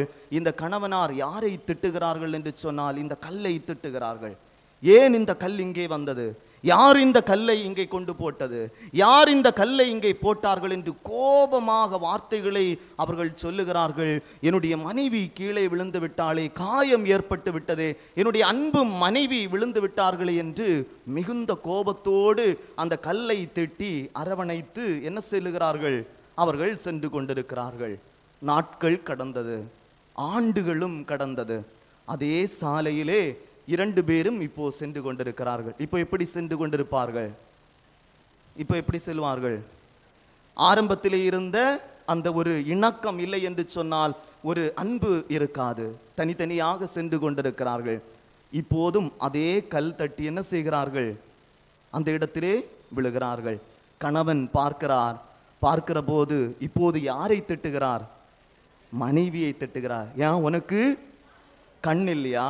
நீ பார்த்து நடக்கக்கூடாதா? கல் இருக்கிறது உனக்கு தெரியாதா என்று மனைவியை திட்டுகிறாள். அமன்பானவர்களே, சிந்திக்க வேண்டும். நம்முடைய அன்பு குறைந்து போகிற அன்பாக அல்ல. எப்படிப்பட்ட அன்பாக இருக்க வேண்டும்? ஒவ்வொரு நாளும் அதிகமாகி கொண்டிருக்கிற அன்பாக இருக்க வேண்டும். திருமண வாழ்விலே, குடும்ப வாழ்விலே அன்பு எப்படிப்பட்டதாக இருக்க வேண்டும் என்று சொன்னால் நமக்கு அதிகமாகி கொண்டே இருக்க வேண்டும். திருமண வாழ்விலே அன்பு முறிய முதல் காரணம் என்னவென்று சொன்னால் எதிர்பார்ப்பு, எக்ஸ்பெக்டேஷன். எதிர்பார்ப்பு நம்முடைய இருதயத்திலே வருகிற போது நம்முடைய குடும்ப உறவு என்ன செய்கிறது? முறிந்து போகிறது, அன்பு குறைந்து போகிறது. திருமணத்திற்கு முன்பு என்னுடைய மனைவி இப்படி இருக்க வேண்டும், என்னுடைய மனைவி இப்படி இந்த காரியங்களை எனக்கு செய்ய வேண்டும், என்னுடைய குடும்பம், என்னுடைய மனைவியின் குடும்பம் இப்படி இருக்க வேண்டும் என்று பல நிலைகளிலே கனவு கண்டு, இல்லை என்று சொன்னால் எதிர்பார்ப்புகளோடு ஒரு கணவன் அடியெடுத்து வைக்கிற போது அந்த மனைவியினுடைய வாழ்விலே அவைகள் இல்லாமல் போகிற போது என்ன ஏற்படுகிறது? பிரச்சனை உருவாகிறது. இல்லை என்று சொன்னால் மனைவி, இந்த திருமணமாகிற அந்த பெண் தன்னுடைய மனதிலே என்னுடைய கணவர் இப்படியாகத்தான் இருக்க வேண்டும், பக்கத்து இல்லத்திலே இருக்கிறவர்களைப் போல என்னை கவனிக்க வேண்டும், எனக்கு அவைகளை செய்ய வேண்டும், இவைகளை செய்ய வேண்டும் என்று ஒவ்வொரு நாளும் எதிர்பார்க்கிற போது அந்த எதிர்பார்ப்புகள் நிறைவேறாத போது என்ன ஏற்படுகிறது? பிரச்சனை ஏற்படுகிறது. நம்முடைய உறவுகள் முறிந்து போக, அன்பற்ற நிலை நம்முடைய திருமண வாழ்விலே ஏற்பட மிக மிக முக்கியமான காரணம் என்னவென்று சொன்னால் எதிர்பார்ப்பு. எல்லோரும் எதிர்பார்க்கிறோம், அப்படி இருக்க வேண்டும், இப்படி இருக்க வேண்டும், அந்த காரியங்களை செய்ய வேண்டும், என்னுடைய வாழ்விலே என்னுடைய மனைவி, என்னுடைய கணவன், இல்லை என்று சொன்னால் என்னுடைய மனைவியின் பெற்றோர், இல்லை என்று சொன்னால் என்னுடைய கணவரின் பெற்றோர், உடன்பிறப்புகள் இப்படி என்னை கவனிக்க வேண்டும் என்று சொல்லி ஒவ்வொரு எதிர்பார்ப்புகளோடு குடும்ப உறவுக்குள்ளே நுழைகிற போது அந்த குடும்ப உறவிலே நான் நினைத்தது நிறைவேறாத போது என்னுடைய வாழ்விலே என்ன ஏற்படுகிறது? விரக்தி ஏற்படுகிறது, பிரச்சனை ஏற்படுகிறது, அன்பு தொய்ந்து போகிறது. ஆரம்பத்திலே இருந்த அன்பிலே நான் தொய்ந்து போகிற போது அங்கே குடும்ப உறவுகள் என்ன செய்கிறது என்று சொன்னால் பிரிக்கப்படுகிறதாக, பிளவுபடுகிறதாக காணப்படுகிறது. அப்படி என்று சொன்னால் நம்முடைய குடும்பங்கள் அன்பிலே கட்டப்பட வேண்டும் என்று சொன்னால் எதிர்பார்ப்புகள் என்ன இருக்கக்கூடாது? இருக்கவே கூடாது. ஒருபோதும் நம்முடைய வாழ்விலே எதிர்பார்ப்புகள் இருக்கக்கூடாது.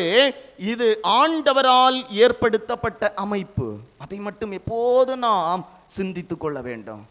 மனிதர்கள் கூடி இந்த திருமணத்தை ஒழுங்கு செய்தாலும் இது ஆண்டவரால் ஏற்படுத்தப்பட்ட அமைப்பு. ஒரு மனிதன் தனிமையாய் இருப்பது நல்லதல்ல என்று அறிந்து ஆண்டவர் ஒரு துணையை ஏற்படுத்துகிறார். இந்த திருமணம் எனக்கு தந்திருக்கிற கணவன், இல்லை என்று சொன்னால் எனக்கு தந்திருக்கிற மனைவி, எனக்கு தந்திருக்கிற குடும்பம், எனக்கு தந்திருக்கிற பிள்ளைகள், இந்த உறவு நிலைகள் எல்லாம் ஆண்டவரால் தரப்பட்டது என்பதை எப்போது நாம் உணர்ந்து கொள்ளுகிறோமோ, எதிர்பார்ப்பற்ற தன்மை நம்முடைய வாழ்வில் ஏற்படுகிறதோ அப்போது நம்முடைய குடும்பம் எப்படி அமையும்? சந்தோஷமாக அமையும். அன்பிலே நாம் இணைந்து வாழ முடியும். ஆமன்பானவர்களே, கணவன் மனைவி மட்டுமல்ல, ஒரு திருமண வாழ்விலே கணவன் மனைவி மட்டுமல்ல, யாரும் இணைந்திருக்கிறது? குடும்பமும் இணைந்திருக்கிறது. இன்று அநேக இடங்களிலே கணவன் மனைவியிடையே பிரச்சனை வர காரணம் யார்? இல்லத்தில் உள்ள குடும்பங்கள், இல்லத்தில் உள்ள பெற்றோர்கள். பெற்றோர்கள் அந்த கணவன் மனைவியினுடைய வாழ்விலே இடையூறு செய்கிற போது, அவர்களுடைய வாழ்விலே அவர்களுடைய பங்களிப்பை கொடுக்கிற போது இல்லத்திலே பிரச்சனைகள் அதிகமாகிறது. ஆமன்பானவர்களே, இவைகள் மாற்றப்பட வேண்டும். நம்முடைய குடும்பங்கள் அன்பிலே கட்டப்பட வேண்டும், புரிந்து கொள்ள வேண்டும்.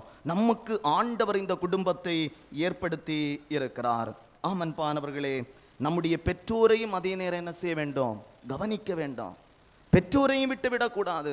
பெற்றோரையும் கவனித்து பெற்றோரிடமும் அன்பு செலுத்தி வாழுகிற போது நம்முடைய குடும்பங்கள் ஆசீர்வதிக்கப்பட வேண்டும். திருமணம் ஆசீர்வதிக்கப்பட வேண்டும் என்று சொன்னால் முதல் படிநிலை என்ன? திரும்ப கேட்பேன், என்ன வேணும்? இறை பயம் தேவை. இறை பயத்திற்கு என்னெல்லாம் தேவை? ஜெபம், கடவுளுடைய வார்த்தையின்படி நடக்கிறது. இரண்டாவதாக என்ன? அன்பு தேவை. அந்த அன்புல வேரூன்றி வாழ்வதற்கு எது தேவை? எதிர்பார்ப்பற்ற தன்மை. எதிர்பார்ப்பற்ற வாழ்வு நம்முடைய வாழ்வில் காணப்படுகிற போது நாம் அன்பினால் கட்டப்படுவோம். மூன்றாவதாக பார்க்கிற வேளையிலே புரிந்து கொள்ளுதல். புரிந்து கொள்ளுதல், அண்டர்ஸ்டாண்டிங். புரிந்து கொள்ளுதல் மிக மிக முக்கியமாக காணப்படுகிறது. 6வது வசனத்தின் மையப்பகுதி, ஒரே மாம்சமாய் இருக்கிறார்கள். ஒரே மாம்சமாய் இருக்கிறார்கள். அமன்பானவர்களே, திருமண வாழ்விலே மிக மிக முக்கியம் என்று சொன்னால் புரிந்து கொள்ளுதல். புரிந்து கொள்ளுதல் என்று சொன்னால் கணவன் மனைவியை புரிந்து கொள்ள வேண்டும். மனைவி கணவனை புரிந்து கொள்ள வேண்டாம். இந்த கணவன் மனைவி யாரை புரிந்து கொள்ள வேண்டும் என்று சொன்னால் பிள்ளைகளை புரிந்து கொள்ள வேண்டும். இந்த கணவன் மனைவி பெற்றோரை புரிந்து கொள்ள வேண்டும். பிரச்சனை இல்லாத வாழ்வு நம்முடைய வாழ்வில் வர வேண்டும் என்று சொன்னால் புரிந்து கொள்ளுதல் மிக மிக முக்கியமான ஒன்றாக காணப்படுகிறது. பாருங்கள் அன்பானவர்களே, இந்த கணவனை எடுத்துக்கொண்டால், இந்த மனைவியை எடுத்துக்கொண்டால், திருமணமாகி நம்முடைய இல்லத்திற்கு வருகிறார்கள். நம்முடைய பழக்க வழக்கங்கள் வேறு, யாருடைய பழக்க வழக்கங்கள் வேறு, மனைவியினுடைய பழக்க வழக்கங்கள் வேறு. அவர்கள் வளர்க்கப்பட்ட சூழ்நிலை ஒன்று, நாம் வளர்க்கப்பட்ட சூழ்நிலை இன்னொன்று. நாம் இன்னொரு குடும்பத்தில் வருகிற போது எல்லாம் வேறுபட்ட நிலையிலே காணப்படுகிறது. ஆனால் நாம் என்ன செய்ய வேண்டும்? புரிந்து கொள்ள வேண்டும். அவர்களுடைய மனநிலையை புரிந்து கொள்ள வேண்டும். கணவனாக இருந்தாலும் சரி, மனைவியாக இருந்தாலும் சரி, ஒருவரை ஒருவர் வளர்க்கப்பட்ட விதத்திலே வேறு, படித்த படிப்புகள் வேறு, பணி செய்த இடங்கள் வேறு, அவர்களை வளர்த்தின பெற்றோர்கள் வேறு. ஆனால் இருவரும் ஒரே மாம்சமாகிற போது அவர்களுக்குள்ளே என்ன வேண்டும் என்று சொன்னால் ஒரு புரிந்து கொள்ளுதல். ஒருவரை ஒருவர் புரிந்து வாழுகிற போது அங்கே என்ன செய்கிறது என்று சொன்னால் அந்த குடும்பம் ஆசீர்வதிக்கப்படுகிறது. இயேசுவின் பெற்றோரை பார்க்கிற வேளையிலே யோசேப்பு, மரியாள் சரியான ஒரு புரிதல் இருந்தது. அங்கே சந்தேகம் ஏற்படவில்லை. சந்தேகம் வருவதற்கான பல சூழ்நிலைகள் இருந்தது. ஆனாலும் அந்த பெற்றோரிடையே, அந்த தம்பதிகளிடையே ஒரு சந்தேகம் இல்லை. முழுவதுமாக மரியாளை ஏற்றுக்கொள்ளுகிற ஒரு நிலையாக காணப்படுகிறது. கவனித்து கொள்ளுகிற ஒரு நிலையாக காணப்படுகிறது. கணவனுக்கு தேவை என்று சொன்னால் மனைவி உதவ வேண்டும். மனைவியினுடைய தேவை என்று சொன்னால் கணவன் உதவ வேண்டும். ஒரு புரிந்து கொள்ளுதல் நம்முடைய குடும்பங்களில் இருக்கிற போது அந்த குடும்பம் ஆசீர்வதிக்கப்பட வேண்டும். ஆசீர்வதிக்கப்படும். புரிந்து கொள்வதற்கு நாம் என்ன செய்ய வேண்டும் என்று சொன்னால் என்ன செய்யணும்? விட்டு கொடுத்து வாழணும். புரிந்து கொள்ளுதல், புரிந்து கொண்டு வாழ வேண்டும் என்று சொன்னால் ஒரு அண்டர்ஸ்டாண்டிங், புரிந்து கொள்ளுதல் நம்முடைய திருமண வாழ்க்கையிலே இருக்க வேண்டும் என்று சொன்னால் நாம் என்ன செய்ய வேண்டும் என்று சொன்னால் விட்டு கொடுத்து வாழ வேண்டும்.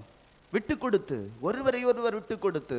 இன்று குடும்பம் சிதைய, குடும்ப வாழ்வுகள் சிதைந்து போக மிக மிக முக்கிய காரணங்களிலே ஒன்று ஈகோ. விட்டு கொடுக்க மனம் இல்லை. நான் படித்திருக்கிறேன், நான் சம்பாதித்திருக்கிறேன், நான் உயர்ந்த நிலையிலே இருக்கிறேன், நான் இவைகளையெல்லாம் கொண்டு வந்திருக்கிறேன், நான் ஏன் விட்டு கொடுக்க வேண்டாம்? நான் ஏன் அவர்களுக்கு கீழ்ப்படிந்து வாழ வேண்டும்? ஏன் அவர்கள் சொல்வதை கேட்டு நான் வாழ வேண்டும்? நான் ஏன் அவர்களோடு நான் பேச வேண்டும் என்கிற விட்டு கொடுக்கிற மனப்பான்மை இன்று நம்முடைய வாழ்விலே இல்லை, கிறிஸ்தவ குடும்பங்களிலே இல்லை. விட்டு கொடுத்து வாழுகிற போது ஒருவரை ஒருவர், எல்லாருடைய வாழ்விலும் பிரச்சனைகள் உண்டு, எல்லாருடைய வாழ்விலும் தப்புகள் உண்டு, தவறுகள் உண்டு. எல்லாருடைய வாழ்விலேயும் எல்லா பிரச்சனைகளும் வருகிற போது நாம் என்ன செய்ய வேண்டும் என்று சொன்னால் அந்த பிரச்சனை மேல் நோக்கி போகாதவாறு, அந்த பிரச்சனை அது முடிவுக்கு கொண்டு வர ஒருவரில் ஒருவர் நாம் என்ன செய்ய வேண்டும்? விட்டு கொடுத்து வாழ வேண்டும். அமன்பானவர்களே, ஆண்டவர் அமைத்த முதல் குடும்பம் ஆதாம் ஏவாள் குடும்பம். பாருங்கள் அன்பானவர்களே, ஆண்டவர் அமைத்த அந்த ஆதாம் ஏவாள் குடும்பம், ஆண்டவர் சொல்லுகிறார் ஒரு விலக்கப்பட்ட கனி இருக்கிறது, நீங்கள் புசிக்க வேண்டாம் என்று சொல்லுகிறார். ஆனால் இந்த ஏவாள் சர்ப்பத்தினால் வஞ்சித்து இந்த ஆதாமும் ஏவாளும் புசித்த பின்பு ஆண்டவர் வந்து கேட்கிற போது இந்த ஆதாம் என்ன சொல்லுகிறார்? என்ன சொல்லுகிறார்? பாருங்களேன் பானவர்களே, 2 பேரும் சாப்பிட்டாங்க. அன்பில் இருக்கிற போது 2 பேரும் சாப்பிட்டாங்க. இந்த ஏவாள் கொண்டு வந்த கனியை இந்த ஆதாமும் சாப்பிட்டான். ஆனால் ஆண்டவர் வந்து கேட்கிற போது, ஆண்டவர் இந்த குற்றத்தை கேட்கிற போது இந்த ஆதாம் என்ன சொல்லுகிறார் என்று சொன்னால், என்னுடன் இருக்கும்படி நீர் தந்த. இங்க யார் மீது பழியை போடுகிறார்? யார் மீது? யார் மீது? ஏவாள் மீதும் பழியை போடுகிறார். அதே நேரம் கடவுள் மீதும் பழி. நீர் தந்த இந்த பெண் மரத்திலிருந்து கனியை எனக்கு கொடுத்தால் நானும் என்ன செய்தேன்? புசிச்சேன், நானும் வாங்கி சாப்பிட்டேன்.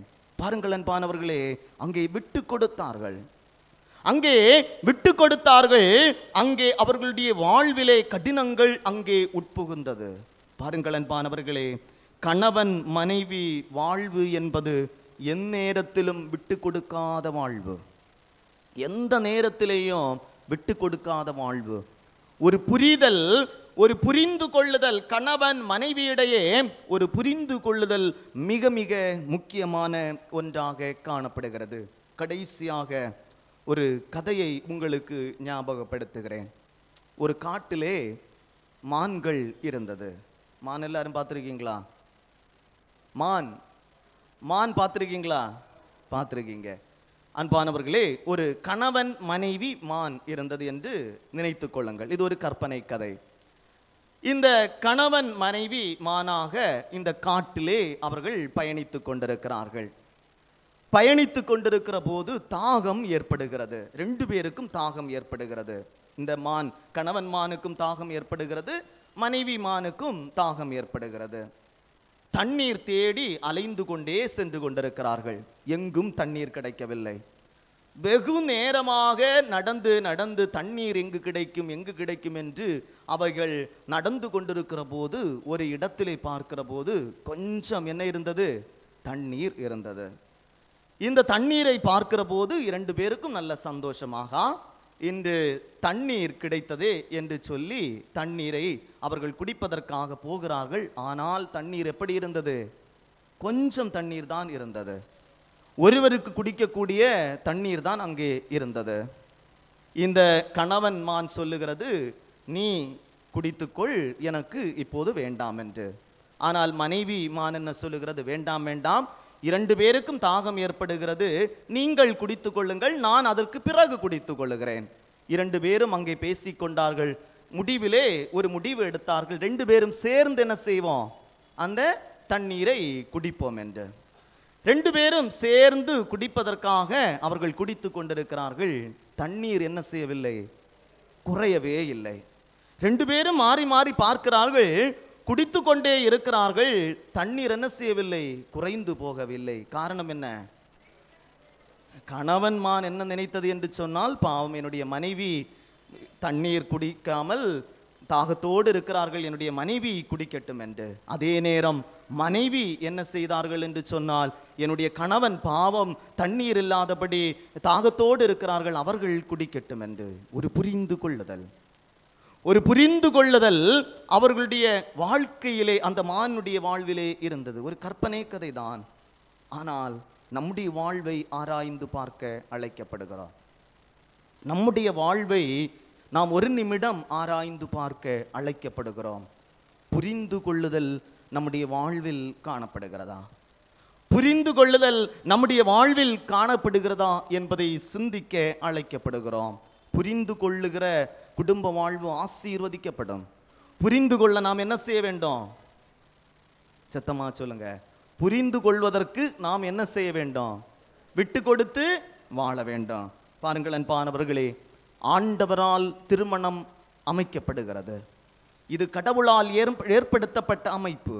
திருமண வாழ்வு, குடும்ப வாழ்வு என்பது மனிதனால் ஏற்படுத்தப்பட்ட அமைப்பு அல்ல, ஆண்டவரால் ஏற்படுத்தப்பட்ட அமைப்பாக காணப்படுகிறது. இந்த அமைப்பு சந்தோஷமாயிருக்க வேண்டும் என்று சொன்னால், ஆசீர்வதிக்கப்பட வேண்டும் என்று சொன்னால், மதிக்கப்பட வேண்டும் என்று சொன்னால் என்ன செய்ய வேண்டும்? என்ன செய்ய வேண்டும்? இறை அச்சம். இறை அச்சத்திற்கு நாம் என்ன செய்யணும்? ஜெபிக்க வேண்டும், கடவுளுடைய வார்த்தையின்படி நடக்க வேண்டும். 2வதாக என்ன வேண்டும்? அன்பு தேவை. அந்த அன்பு எப்படிப்பட்டதாக இருக்க வேண்டும்? எதிர்பார்ப்பற்ற அன்பாக இருக்க வேண்டும். 3வதாக புரிந்து கொள்ள வேண்டும். அந்த புரிந்து கொள்ளுதல் எப்படிப்பட்டதாக இருக்க வேண்டும் என்று சொன்னால், விட்டு கொடுக்கிற புரிந்து கொள்ளுதலாக இருக்கிற போது நம்முடைய குடும்ப வாழ்வும் நம்முடைய வாழ்வும் இந்த உலகத்திலே ஆசீர்வதிக்கப்படும். நாம் தொடர்ந்து கண்களை மூடி ஜெபிப்போம்.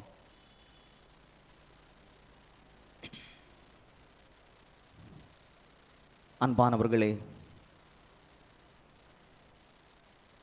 திருமணம் ஆனவர்கள்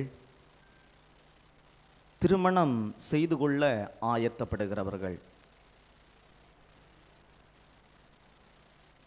ஒரு நிமிடம் நம்மை ஆண்டவரின் சமூகத்திலே அர்ப்பணிக்கின்ற நேரமாக இந்த நேரத்தை பயன்படுத்திக் கொள்வோம். சென்னை பேராயமாக இன்று இந்த திருமணத்தை குறித்த ஒரு சிந்தனையை நமக்கு தந்திருக்கிறது. இந்த நேரத்திலே நம்முடைய குடும்பங்கள் எப்படி இருக்கிறது என்பதை ஆராய்ந்து பார்க்க, ஒரு அலசல் செய்து பார்க்க இந்த நேரத்தை ஆண்டவர் தந்தார். ஒரு நிமிடம் யோசித்து பார்ப்போமா? பல நேரங்களிலே பிரச்சனை வருகிற போது, குடும்ப வாழ்வில் சமாதானம் இழந்து போகிற போது சோர்ந்து போகிறோம். ஏன் ஆண்டவரே இந்த கடினம் எனக்கு? ஏன் ஆண்டவரே என்னுடைய குடும்ப வாழ்வு இப்படி கடினப்பட்டு கொண்டிருக்கிறது? ஏன் ஆண்டவரே என்னுடைய குடும்ப வாழ்வில் சந்தோஷம் இல்லை? ஏன் ஆண்டவரே நீர் இந்த குடும்ப வாழ்வை அமைத்தீர் என்று பல கேள்விகளை நாம் ஆண்டவரோடு சொல்லுகிறோம். பல கேள்விகளை ஆண்டவரிடம் தொடுக்குகிறோம். ஆனால் பல நேரங்களில் நம்மை ஆராய்ந்து பார்க்க தவறி போகிறோம். நம்மை ஆராய்ந்து பார்ப்பதற்கு நாம் தவறி போகிறோம். நம்முடைய குடும்பம் ஆசீர்வதிக்கப்பட வேண்டும் என்று சொன்னால் இறை அச்சம் தேவை.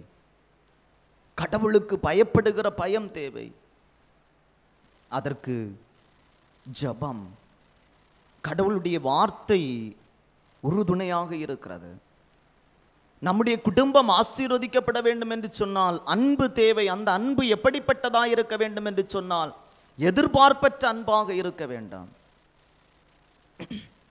நம்முடைய குடும்பம் ஆசீர்வதிக்கப்பட வேண்டும் என்று சொன்னால் புரிந்து கொள்ளுதல் வேண்டும். அந்த புரிந்து கொள்ளுதல் எப்படிப்பட்டதாக இருக்க வேண்டும் என்று சொன்னால் விட்டு கொடுக்கிற புரிந்து கொள்ளுதலாக இருக்க வேண்டும். ஒரு நிமிடம் நம்மை யோசித்து பார்ப்போம்.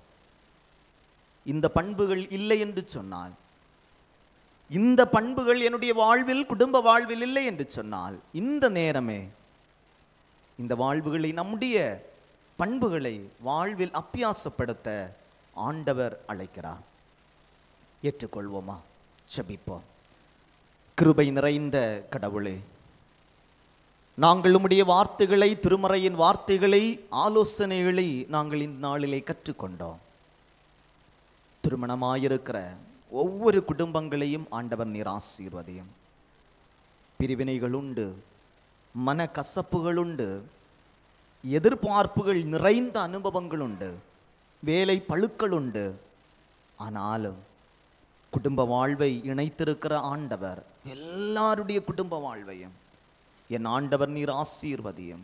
குடும்பங்களில் இருக்கிற கருத்து வேறுபாடுகள் மறைந்து போக, குடும்பங்கள் சந்தோஷமாக பெற்றோரோடு பிள்ளைகளோடு குடும்பமாய் இணைந்து சந்தோஷமாய் இந்த உலகத்தில் பயணிக்க என் ஆண்டவர் அனைத்து குடும்பங்களையும், எல்லாருடைய திருமண வாழ்வையும் ஆண்டவர் நீர் ஆசீர்வதிக்கும்படியாய் ஜெபிக்கிறோம். குடும்பங்களிலே வருமானங்களை கொடும், உழைப்பதற்கு பலனை கொடும், பிள்ளைகளை வளர்த்துவதற்கு ஆரோக்கியத்தை கொடும், பிள்ளைகளின் வாழ்வை ஆண்டவர் நீர் ஆசீர்வதித்து எல்லா குடும்பங்களையும் என் ஆண்டவர் நீர் பலப்படுத்தும்படியாய் ஜெபிக்கிறோம். திருமணத்திற்காக ஆயத்தப்படுகிற பிள்ளைகள் உண்டு. குடும்ப வாழ்விற்காக ஆயத்தப்பட்டு கொண்டிருக்கிற ஒவ்வொரு பிள்ளைகளையும், சகோதர சகோதரிகளையும் என் ஆண்டவர் நீர் ஆசீர்வதிக்கும்படியாய் ஜெபிக்கிறோம்.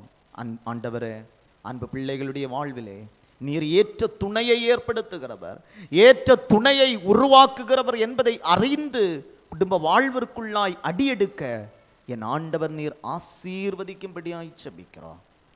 இந்த நேரத்திலேயும் குடும்ப வாழ்விலே முறிவுகளை கண்டு வருத்தத்தோடு இருக்கிற அன்பு பிள்ளைகளுக்காகவும் நாங்கள் ஜெபிக்கிறோம். ஆண்டவரே, அன்பு பிள்ளைகளையும் என் ஆண்டவர் நீர் ஆசீர்வதியும். தைரியத்தையும் மனபலனையும் ஆண்டவர் கொடுத்து இந்த உலகத்திலே பயணிப்பதற்குரிய புதிய ஆரோக்கியத்தை, புதிய பலனை என் ஆண்டவர் நீர் கொடுக்கும்படியாய் செபிக்கிறோம். இதை கூடி வந்திருக்கிற அனைத்து மக்களையும் உம்முடைய சமூகத்திலே தந்து செபிக்கிறோம். ஆண்டவர் நீர் ஆசீர்வதியும், ஏற்று நீர் வழி நடத்தும். இவைகளை இறைமைந்தர் இயேசு கிறிஸ்துவின் வழியாய் வேண்டிக் கொள்ளுகிறோம். அன்பு நிறைந்த கடவுளே, ஆமென்.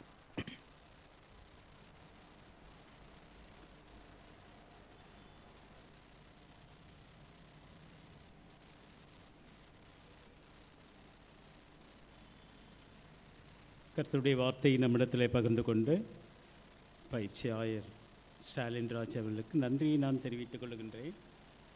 கேட்ட வார்த்தையிலே நாம் நிலைத்திருக்கின்றவர்களாக எழுந்து நின்று அப்போஸ்தலரோடு இணைந்து நாம் அப்போஸ்தலரது விசுவாச பிரமாணத்தை சேர்ந்து நாம் அறிக்கை செய்வோம். வானத்தையும் பூமியும் படைத்த சர்வவல்ல பிதாவாகிய தேவனை விசுவாசிக்கிறேன். அவருடைய ஒரே குமாரனாகி நம்முடைய நாதர் இயேசு கிறிஸ்துவை விசுவாசிக்கிறேன். அவர் பரிசுத்தாவினாலே கன்னிமரியாருக்கு உட்பவித்து பிறந்தார். அந்த பிலாத்துவின் காலத்தில் பாடுபட்டு சிலுவையில் அறிந்து மரித்து அடக்கம் பண்ணப்பட்டு பாராளத்தில் இறங்கினார். 3ஆம் நாள் மரித்தோற்றை எழுந்தருளினார். பரமத்திற்கேறி சர்வவல்ல பிதாவாகிய தேவனது வலது பாசத்தில் விட்டிருக்கிறார். அவரிடத்தில் உயிரோடு மரித்தோரை நியாயத்திற்கு வருவார். பரிசுத்தாவை விசுவாசிக்கிறேன். பொதுவாக இருக்கிற பரிசுசபை, பரிசுவான்கள் ஐக்கியம், பாவம் மன்னிப்பும், சரீர உயிர்த்தல், நித்திய ஜீவனோடு என்று விசுவாசிக்கிறேன். கர்த்தர் உங்களோடு இருப்பாராக. ஜெபம் செய்வோம். கர்த்தாவே எங்களுக்கு இறங்கும், கர்த்தாவே எங்களுக்கு இறங்கும். பரமனுக்கு எங்கள் பிதாவே, உடைய நாமம் பரிசுத்தப்படுவதோ, நிராட்சியம் வருவதோ, விசித்தம் பரமண்டத்திலே செய்யப்படுவது போல பூமியிலையும் செய்யப்படுவதோ. அதன் வேண்டிய அப்பத்தை எங்களுக்கு தான். எங்களுக்கு விரோதமாய் குற்றம் செய்வதற்கு நாங்கள் மன்னிக்கிறது போல எங்கள் குற்றங்களை எங்களுக்கு மன்னி. எங்களை சோதனைக்குள் பிரவேசிக்க பண்ணாம், தீமை என்ற லட்சத்துக்குள் ராஜ்யம் வல்லமையும் மகிமையும் என்றென்றைக்கும் உடையவில்லை. சபையார் அமரவும். திருச்சபைக்கான அறிவிப்பினை நாம் கேட்போம்.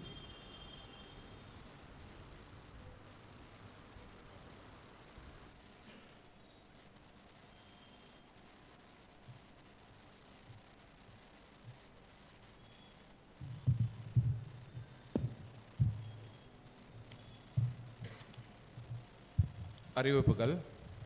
திருச்சபை மக்கள் அனைவருக்கும் இயேசு கிறிஸ்துவின் திருப்பெயரால் வாழ்த்துக்கள். இன்று ஆல்டருக்கு மலர்கொத்து வழங்கிய குடும்பத்தினருக்கு திருச்சபையின் சார்பில் நன்றியை தெரிவித்துக் கொள்கிறோம். இன்று மாலை 6:30 மணிக்கு பெண்கள் ஐக்கிய சங்கத்தினரால் மாலை ஆராதனை நடைபெறும்.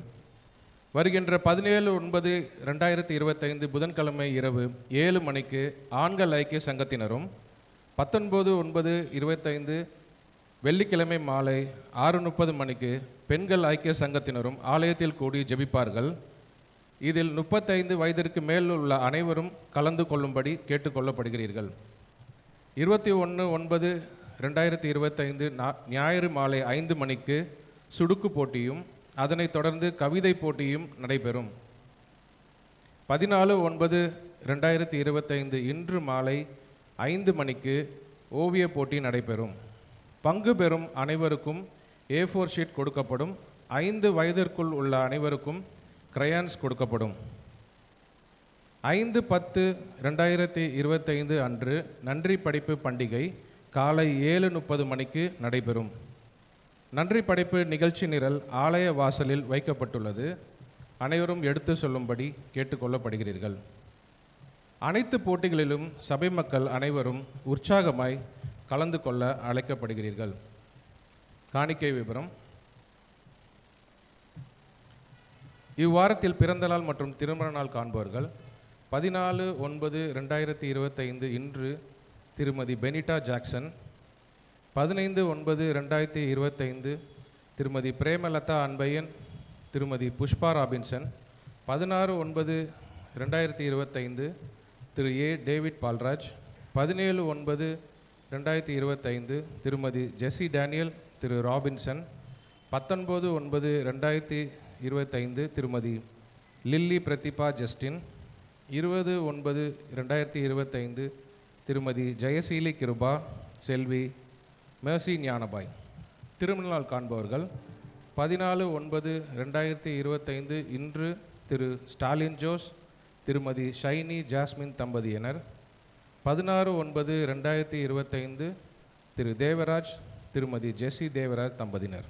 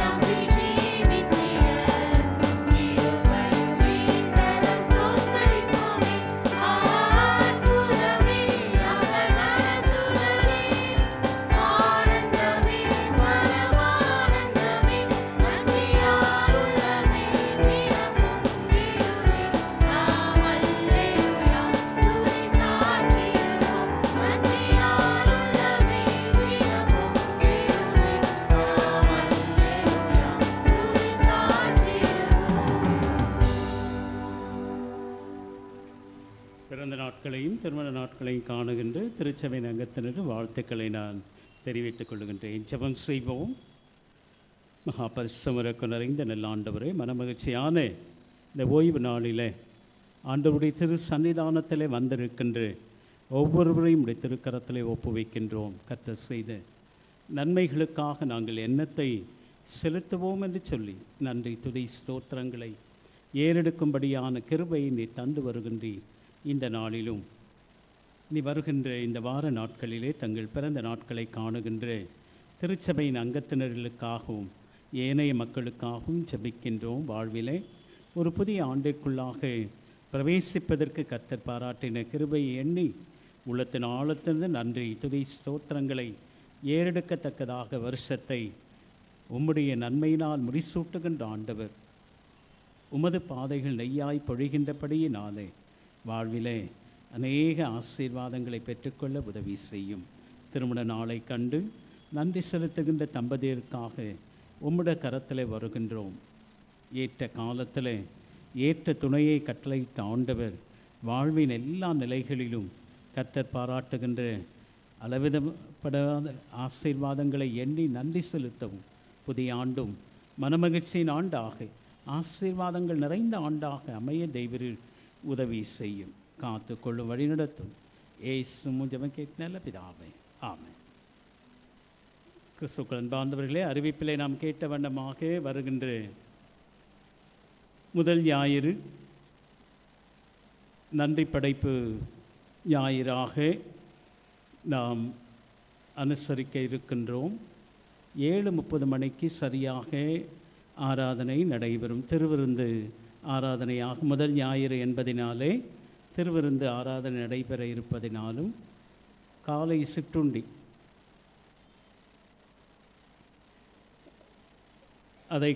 அதை குறித்த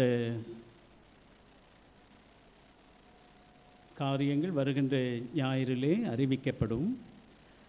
ஆகவே முதல் ஞாயிறு நன்றி படைப்பு ஆராதனையாக இருப்பதினாலே 7:30 மணிக்கு சரியாக ஆராதனை துவங்கும் என்பதை திருச்சபையார் மனதிலே கொள்ள அன்போடு நான் கேட்டுக்கொள்கின்றேன். திருச்சபையினுடைய பணிகள் மிக சிறந்த முறையிலே நடைபெற்று கொண்டு வந்திருக்கின்றது என்பதை நீங்கள் கண்டிருப்பீர்கள். வருகின்ற நவம்பர் முதல் தேதி அன்று நாம் அறிந்த வண்ணமாக நம்முடைய ஆலயத்தினுடைய ஆண்டு விழாவாக ஒவ்வொரு ஆண்டும் நாம் சகல பரிசுத்தவான்கள் ஆலயத்தின் ஆண்டை நாம் கொண்டாடி மகிழ்கின்றோம். இந்த ஆண்டும் அது சிறந்த முறையிலே அமைவதற்காக எல்லா முயற்சிகளும் எடுத்து வரப்படுகின்றது. ஆகவே திருச்சபையார் உதாரத்துவமாக நீங்கள் அநேக நிலைகளிலே காணிக்கைகளை படைத்து வருகின்றீர்கள். ஆகவே நன்றி செலுத்துகின்றேன். முன்பகுதியில் நம்முடைய ஆலயத்தின் முகப்பு பகுதி, அடுத்ததாக இந்த முகப்பு பகுதி, இதற்குள்ளே இந்த வெளிப்புறம் அனைத்தும் ஒயிட் வாஷ் செய்யப்பட வேண்டும். ஆகவே ஏவப்பட்டோர் அந்த பொறுப்பினை எடுத்துக்கொள்ள உங்களை அன்போடு நான் கேட்டுக்கொள்ளுகின்றேன். முகப்பு பகுதியிலே ஆலயமும் மற்ற பாரிஷ் ஹாலும் முகப்பு பகுதியில் என்னென்ன கலர் கொடுக்கப்பட்டிரு அதே கலரில் நீங்கள் பெயிண்ட் பண்ணி கொடுத்தா போதும். ஆகவே யாராவது ஏவப்பட்டவர்கள் நீங்கள் ஆண்டவருடைய ஆலயத்தை சுத்தப்படுத்த வேண்டும் என்று சொன்னால் நீங்கள் ஏவப்பட்டவர்கள் பெயர்களை கொடுக்க நான் கேட்டுக்கொள்கின்றேன். துரிதமாக நமக்கு ஒரு மாதம் இருக்கின்றது. ஆகவே இந்த மாதத்திற்குள்ளாகவே நாம் வருகின்ற மாதத்திற்குள்ளாகவே இந்த பணிகள் முடிக்க வேண்டும். ஆகவே தயவு செய்து திருச்சபை மக்கள் உங்களால் ஆன உதவிகளை நான் முன்னதாகவே குறிப்பிட்டிருக்கின்றேன். ஆலயத்திலே விளக்குகள் வெளிச்சம் மிகவும் குறைவாக காணப்படுகின்றது. ஆகவே முழுவதுமாக சிறந்த முறையிலே இதை நாம் வடிவமைப்பதற்கான முயற்சிகளையும் கூட ஏவப்பட்டவர்கள் எடுத்துக்கொள்ள உங்களை அன்போடு நான் கேட்டுக்கொள்கின்றேன். திருச்சபையின் வளர்ச்சியிலே தனி குடும்பங்கள் அதிகமாக ஆண்டவரது ஆலய பிரகாரங்களுக்கு வாஞ்சையும் தவனவுமாய் கொடுக்கின்றீர்கள். கொடுங்கள், அப்பொழுது உங்களுக்கு கொடுக்கப்படும். அமுக்கி குலுக்கி நிறைவாய் ஆகின்ற வகையிலே ஆண்டவர் உங்களுக்கு வானத்தின் பலகைகளை திறந்து இடங்கொள்ளாமற் போக மட்டும் வர்த்திக்க பண்ணுவேன் என்று சொன்னார். ஆகவே ஆலய பிரகாரங்களுக்கு கொடுக்கின்றதை ஆண்டவர் உங்கள் கணக்கிலே வைத்திருக்கின்றார். அவர் மீண்டுமாக உங்களுக்கு இரட்டத்தனையான ஆசீர்வாதங்களை தருவார். ஆகவே திருச்சபையார் நம்முடைய ஆலய பிரகாரங்களுக்கு செய்கின்ற ஒவ்வொரு உதவிகளும் நீங்கள் என்ன செஞ்சீங்களோ அதை யாருக்கு செஞ்சேன்றாரு ஆண்டவர்? எனக்கு செஞ்சிருக்கீங்க. ஆலய பிரகாரங்களை நம்ம வீடை நாம் அலங்கரிப்பதை காட்டிலும் ஆண்டவருடைய ஆலயம் பரிசுத்த ஆலயம். ஆகவே அதை நாம் தூய்மைப்படுத்தி கொண்டே இருப்பது நம்முடைய கடமை. ஆக இந்த ஒயிட் வாஷ் பண்ணுறதில் தயவுசெய்து யாரேனும் வாஞ்சை உள்ளவர்கள் முந்திக்கொள்ள அன்போடு நான் கேட்டுக்கொள்கின்றேன். கீர்த்தனையிலே 275வது பாடலை பாடுவோம். அப்பொழுது நம்மையும் நம்முடைய காணிக்கைகளை கடவுளுக்கென்று நாம் படைப்போம்.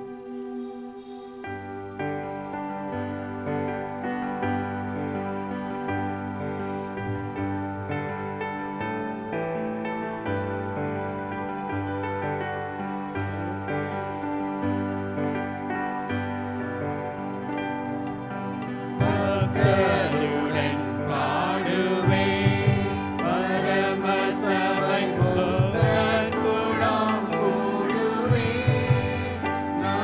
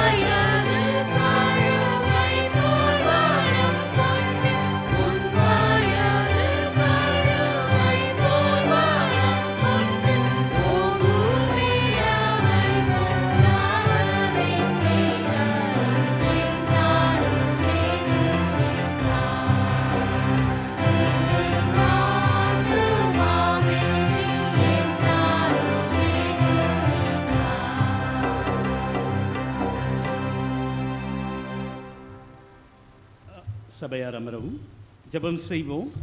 நம் மத்தியில் இருக்கின்ற ஐரம்மா அவர்கள் நம்மை ஜெபத்திலே நடத்துவார்.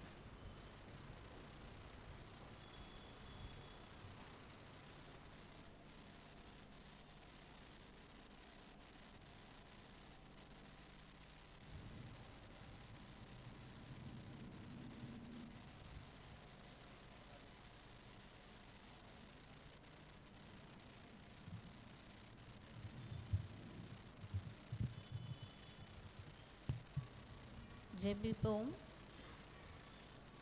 As the deed planted for the waters, so my soul long after thee. You alone are my heart desire, and I long to worship you.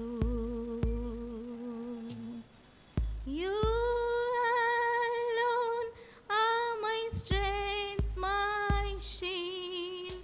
To you alone may my spirit yield. You alone are my heart desire, and I long to worship you. மான்கள் நீரோடை வாஞ்சிப்பது போல் என் ஆத்மா வாஞ்சிக்குதே. நீர் மாத்திரம் எந்த மனிதருமை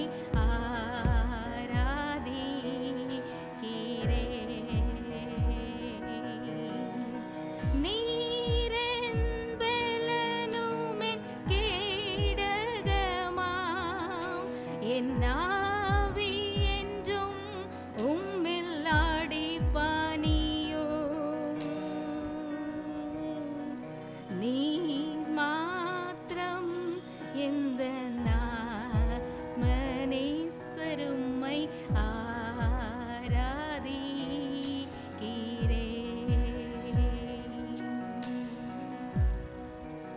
அன்பின் இறைவா, நன்றியோடு உம்மை நாங்கள் ஸ்தோத்திரிக்கின்றோம். கடந்து வந்த பாதைகளிலெல்லாம் நீர் எங்களோடு கூட இருந்தீர். தூய ஆவியானவரே, இந்த தேவ ஆலயத்திலும் எங்கள் யாவரையும் ஒன்றிணைத்து உமது அடியவரின் வாயிலாக நாங்கள் கேட்ட ஆன்மீக மன்னாவுக்காக உள்ளத்தின் ஆழத்திலிருந்து நன்றி படைக்கின்றோம். கர்த்தருக்கு பயந்து உம்முடைய வழியில் நாங்கள் நடக்கின்ற பொழுது உம்முடைய கற்பனைகளை கைக்கொண்டு ஜெபத்தோடு கூட எந்த எதிர்பார்ப்புகளும் இன்றி விட்டு கொடுத்து குடும்ப வாழ்க்கையை ஞானமாய் நடத்த வேண்டும் என்ற அந்த உன்னதமான வல்லமையுள்ள வார்த்தையினால் இங்கு அமர்ந்திருக்கின்ற ஒவ்வொருவரின் உள்ளத்தையும் நீர் புதுப்பித்தீரே. அந்த தேவ கிருபைக்காக உள்ளத்தின் ஆழத்திலிருந்து நன்றி படைக்கின்றோம். இப்பொழுதும் இங்கு அமர்ந்திருக்கின்ற ஒவ்வொருவரின் உள்ளத்திலும் இருக்கின்ற விருப்பங்களையும் வாஞ்சைகளையும் நீர் ஆராய்ந்து அறிந்திருக்கின்றீர். தூய ஆவியானவர் தாமே அவரவர் விருப்பத்தின் நினைவுகளையும் நீர் ஆமென்றும் ஆமேன் என்றும் ஆசீர்வதித்து கொடுக்கும்படியா உம்மை நோக்கி பார்க்கின்றோம். இந்த தேவாலயத்தை சுற்றியுள்ள பகுதி வாழ் மக்கள் யாவருக்காகவும் நன்றி சொல்லுகின்றோம். அவர்களுடைய வாழ்க்கையிலும் ஆவியானவரே நீர் முன்குறித்திருக்கின்ற ஆசீர்வாதங்களை அவர்கள் யாவரும் பரிபூரணமாய் சுதந்தரித்து கொள்ள தூய ஆவியானவர் இங்கு இந்த பகுதி வாழ் மக்கள் யாவருக்கும் அப்படிப்பட்ட ஆசீர்வாதங்களை நீர் தொடர்ந்து கட்டளையிடும்படியாய் உம்மை நோக்கி பார்க்கின்றோம். திருச்சபையின் நலனுக்காக பாஸ்டரேட், செக்ரட்டரி, ட்ரெஷரர், ஆயர், கமிட்டி அங்கத்தினர்கள் யாவரும் எடுக்கின்ற முயற்சிகளை நீர் ஆசீர்வதித்திருக்கின்றீர். அதற்கு உதாரத்துவமாய் கொடுக்கின்ற உள்ளங்களையும் கரங்களையும் நீர் மீண்டுமாய் பலப்படுத்தும்படியாக உம்மை நோக்கி பார்க்கின்றோம். கொடுத்த கரங்களை நீர் மென்மேலும் ஆசிர்வதிக்கும்படியாய் உம்மை நோக்கி பார்க்கின்றோம். இப்பொழுதும் தூய ஆவியானவரே, நாங்கள் உலகத்திற்குள்ளாக கடந்து செல்லுகின்றோம். எங்கள் சிந்தனையினாலும் நடக்கையினாலும் செய்கையினாலும் தூய ஆவியானவர் ஒருவருக்கே சாட்சியுள்ள திருச்சபை மக்களாய் நாங்கள் தொடர்ந்து ஜீவிக்க எங்கள் யாவருக்கும் அருள் புரியும்படியாய் எல்லாம் வல்ல இறைவன் இயேசுவின் வழியாய் ஜெபிக்கின்றோம் நல்ல கடவுளே, ஆமென். சேர்ந்து சொல்லுவோம். என் ஆத்துமாவே கர்த்தரை ஸ்தோத்திரி, என் முழுமே பரிசுத்த நாமத்தை ஸ்தோத்திரி. என் ஆத்துமாவே கர்த்தரை ஸ்தோத்திரி, அவர் செய்த சகல உபகாரங்களை மறவாதே. ஆமென். கர்த்தருடைய இரக்கமுள்ள கிருபைக்கும் பராமரிப்புக்கும் உங்களை ஒப்புவிக்கிறேன்.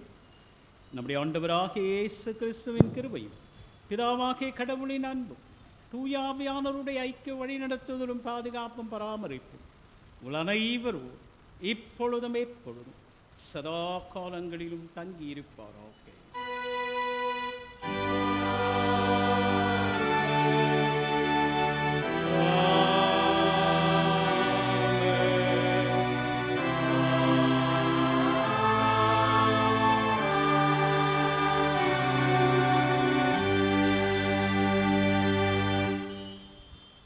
நாம் அனைவரும் எழுந்து நின்று முடிவு கவியை, 4வது கவியை நாம் சேர்ந்து பாடுவோம்.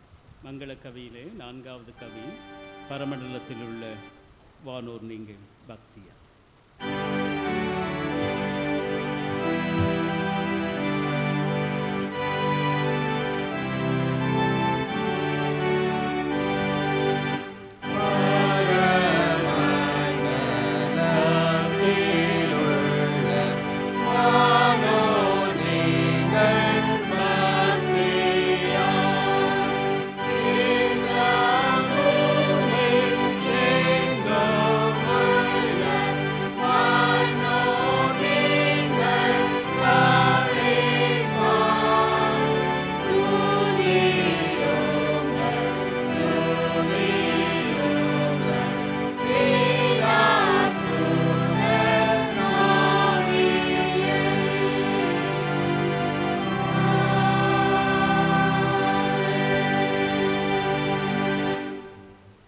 ஆண்டவர் உங்களோடு இருப்பாராக.